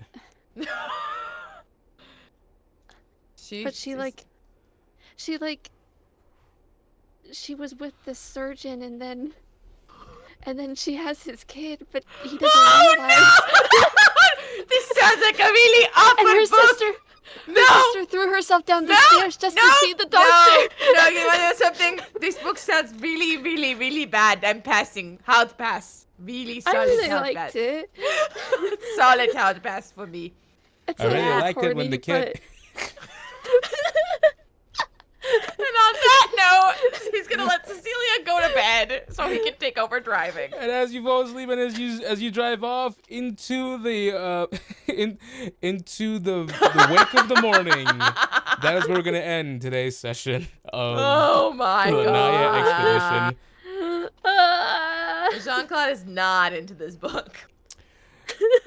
So, Really? so for our viewers, if you want context, No, No. not right now. wait, we ain't touching that right now. But And just know, another day, another But- day, another but time. just know, joke. but just know, it was really funny to us, Oh god. and we had a great time.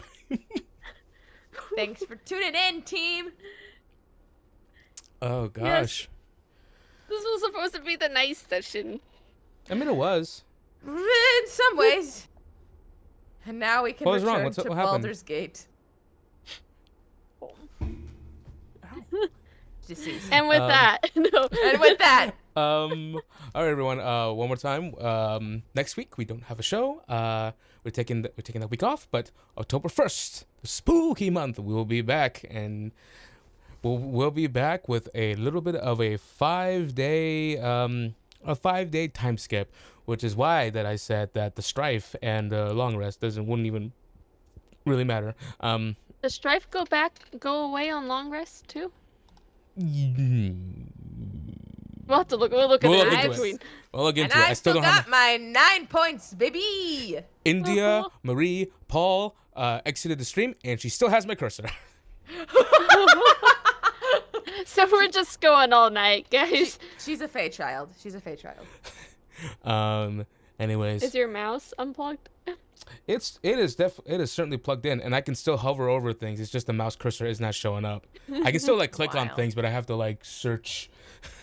I have to play hokey pokey. That doesn't count You like play that. the hokey pokey.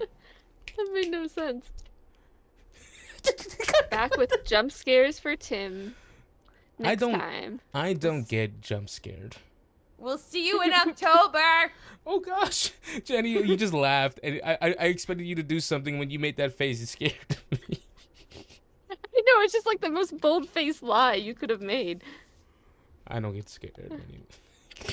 Right. All right. Good night. All right, everyone. For Thank you so spooky much for watching. Songwoven. Bye. See you all October. later. Oktoberfest. October 1st. All right, give me 1 second here. I need a. Okay, my mouse is Oh, we can't end the stream. over there. No, I can see it. I'm on the. We're stuck. Okay, I'm in the scenes. Trapped So I'm gonna go down. forever. Okay, I can click on it. Okay, everyone. Bye. Bye. Bye.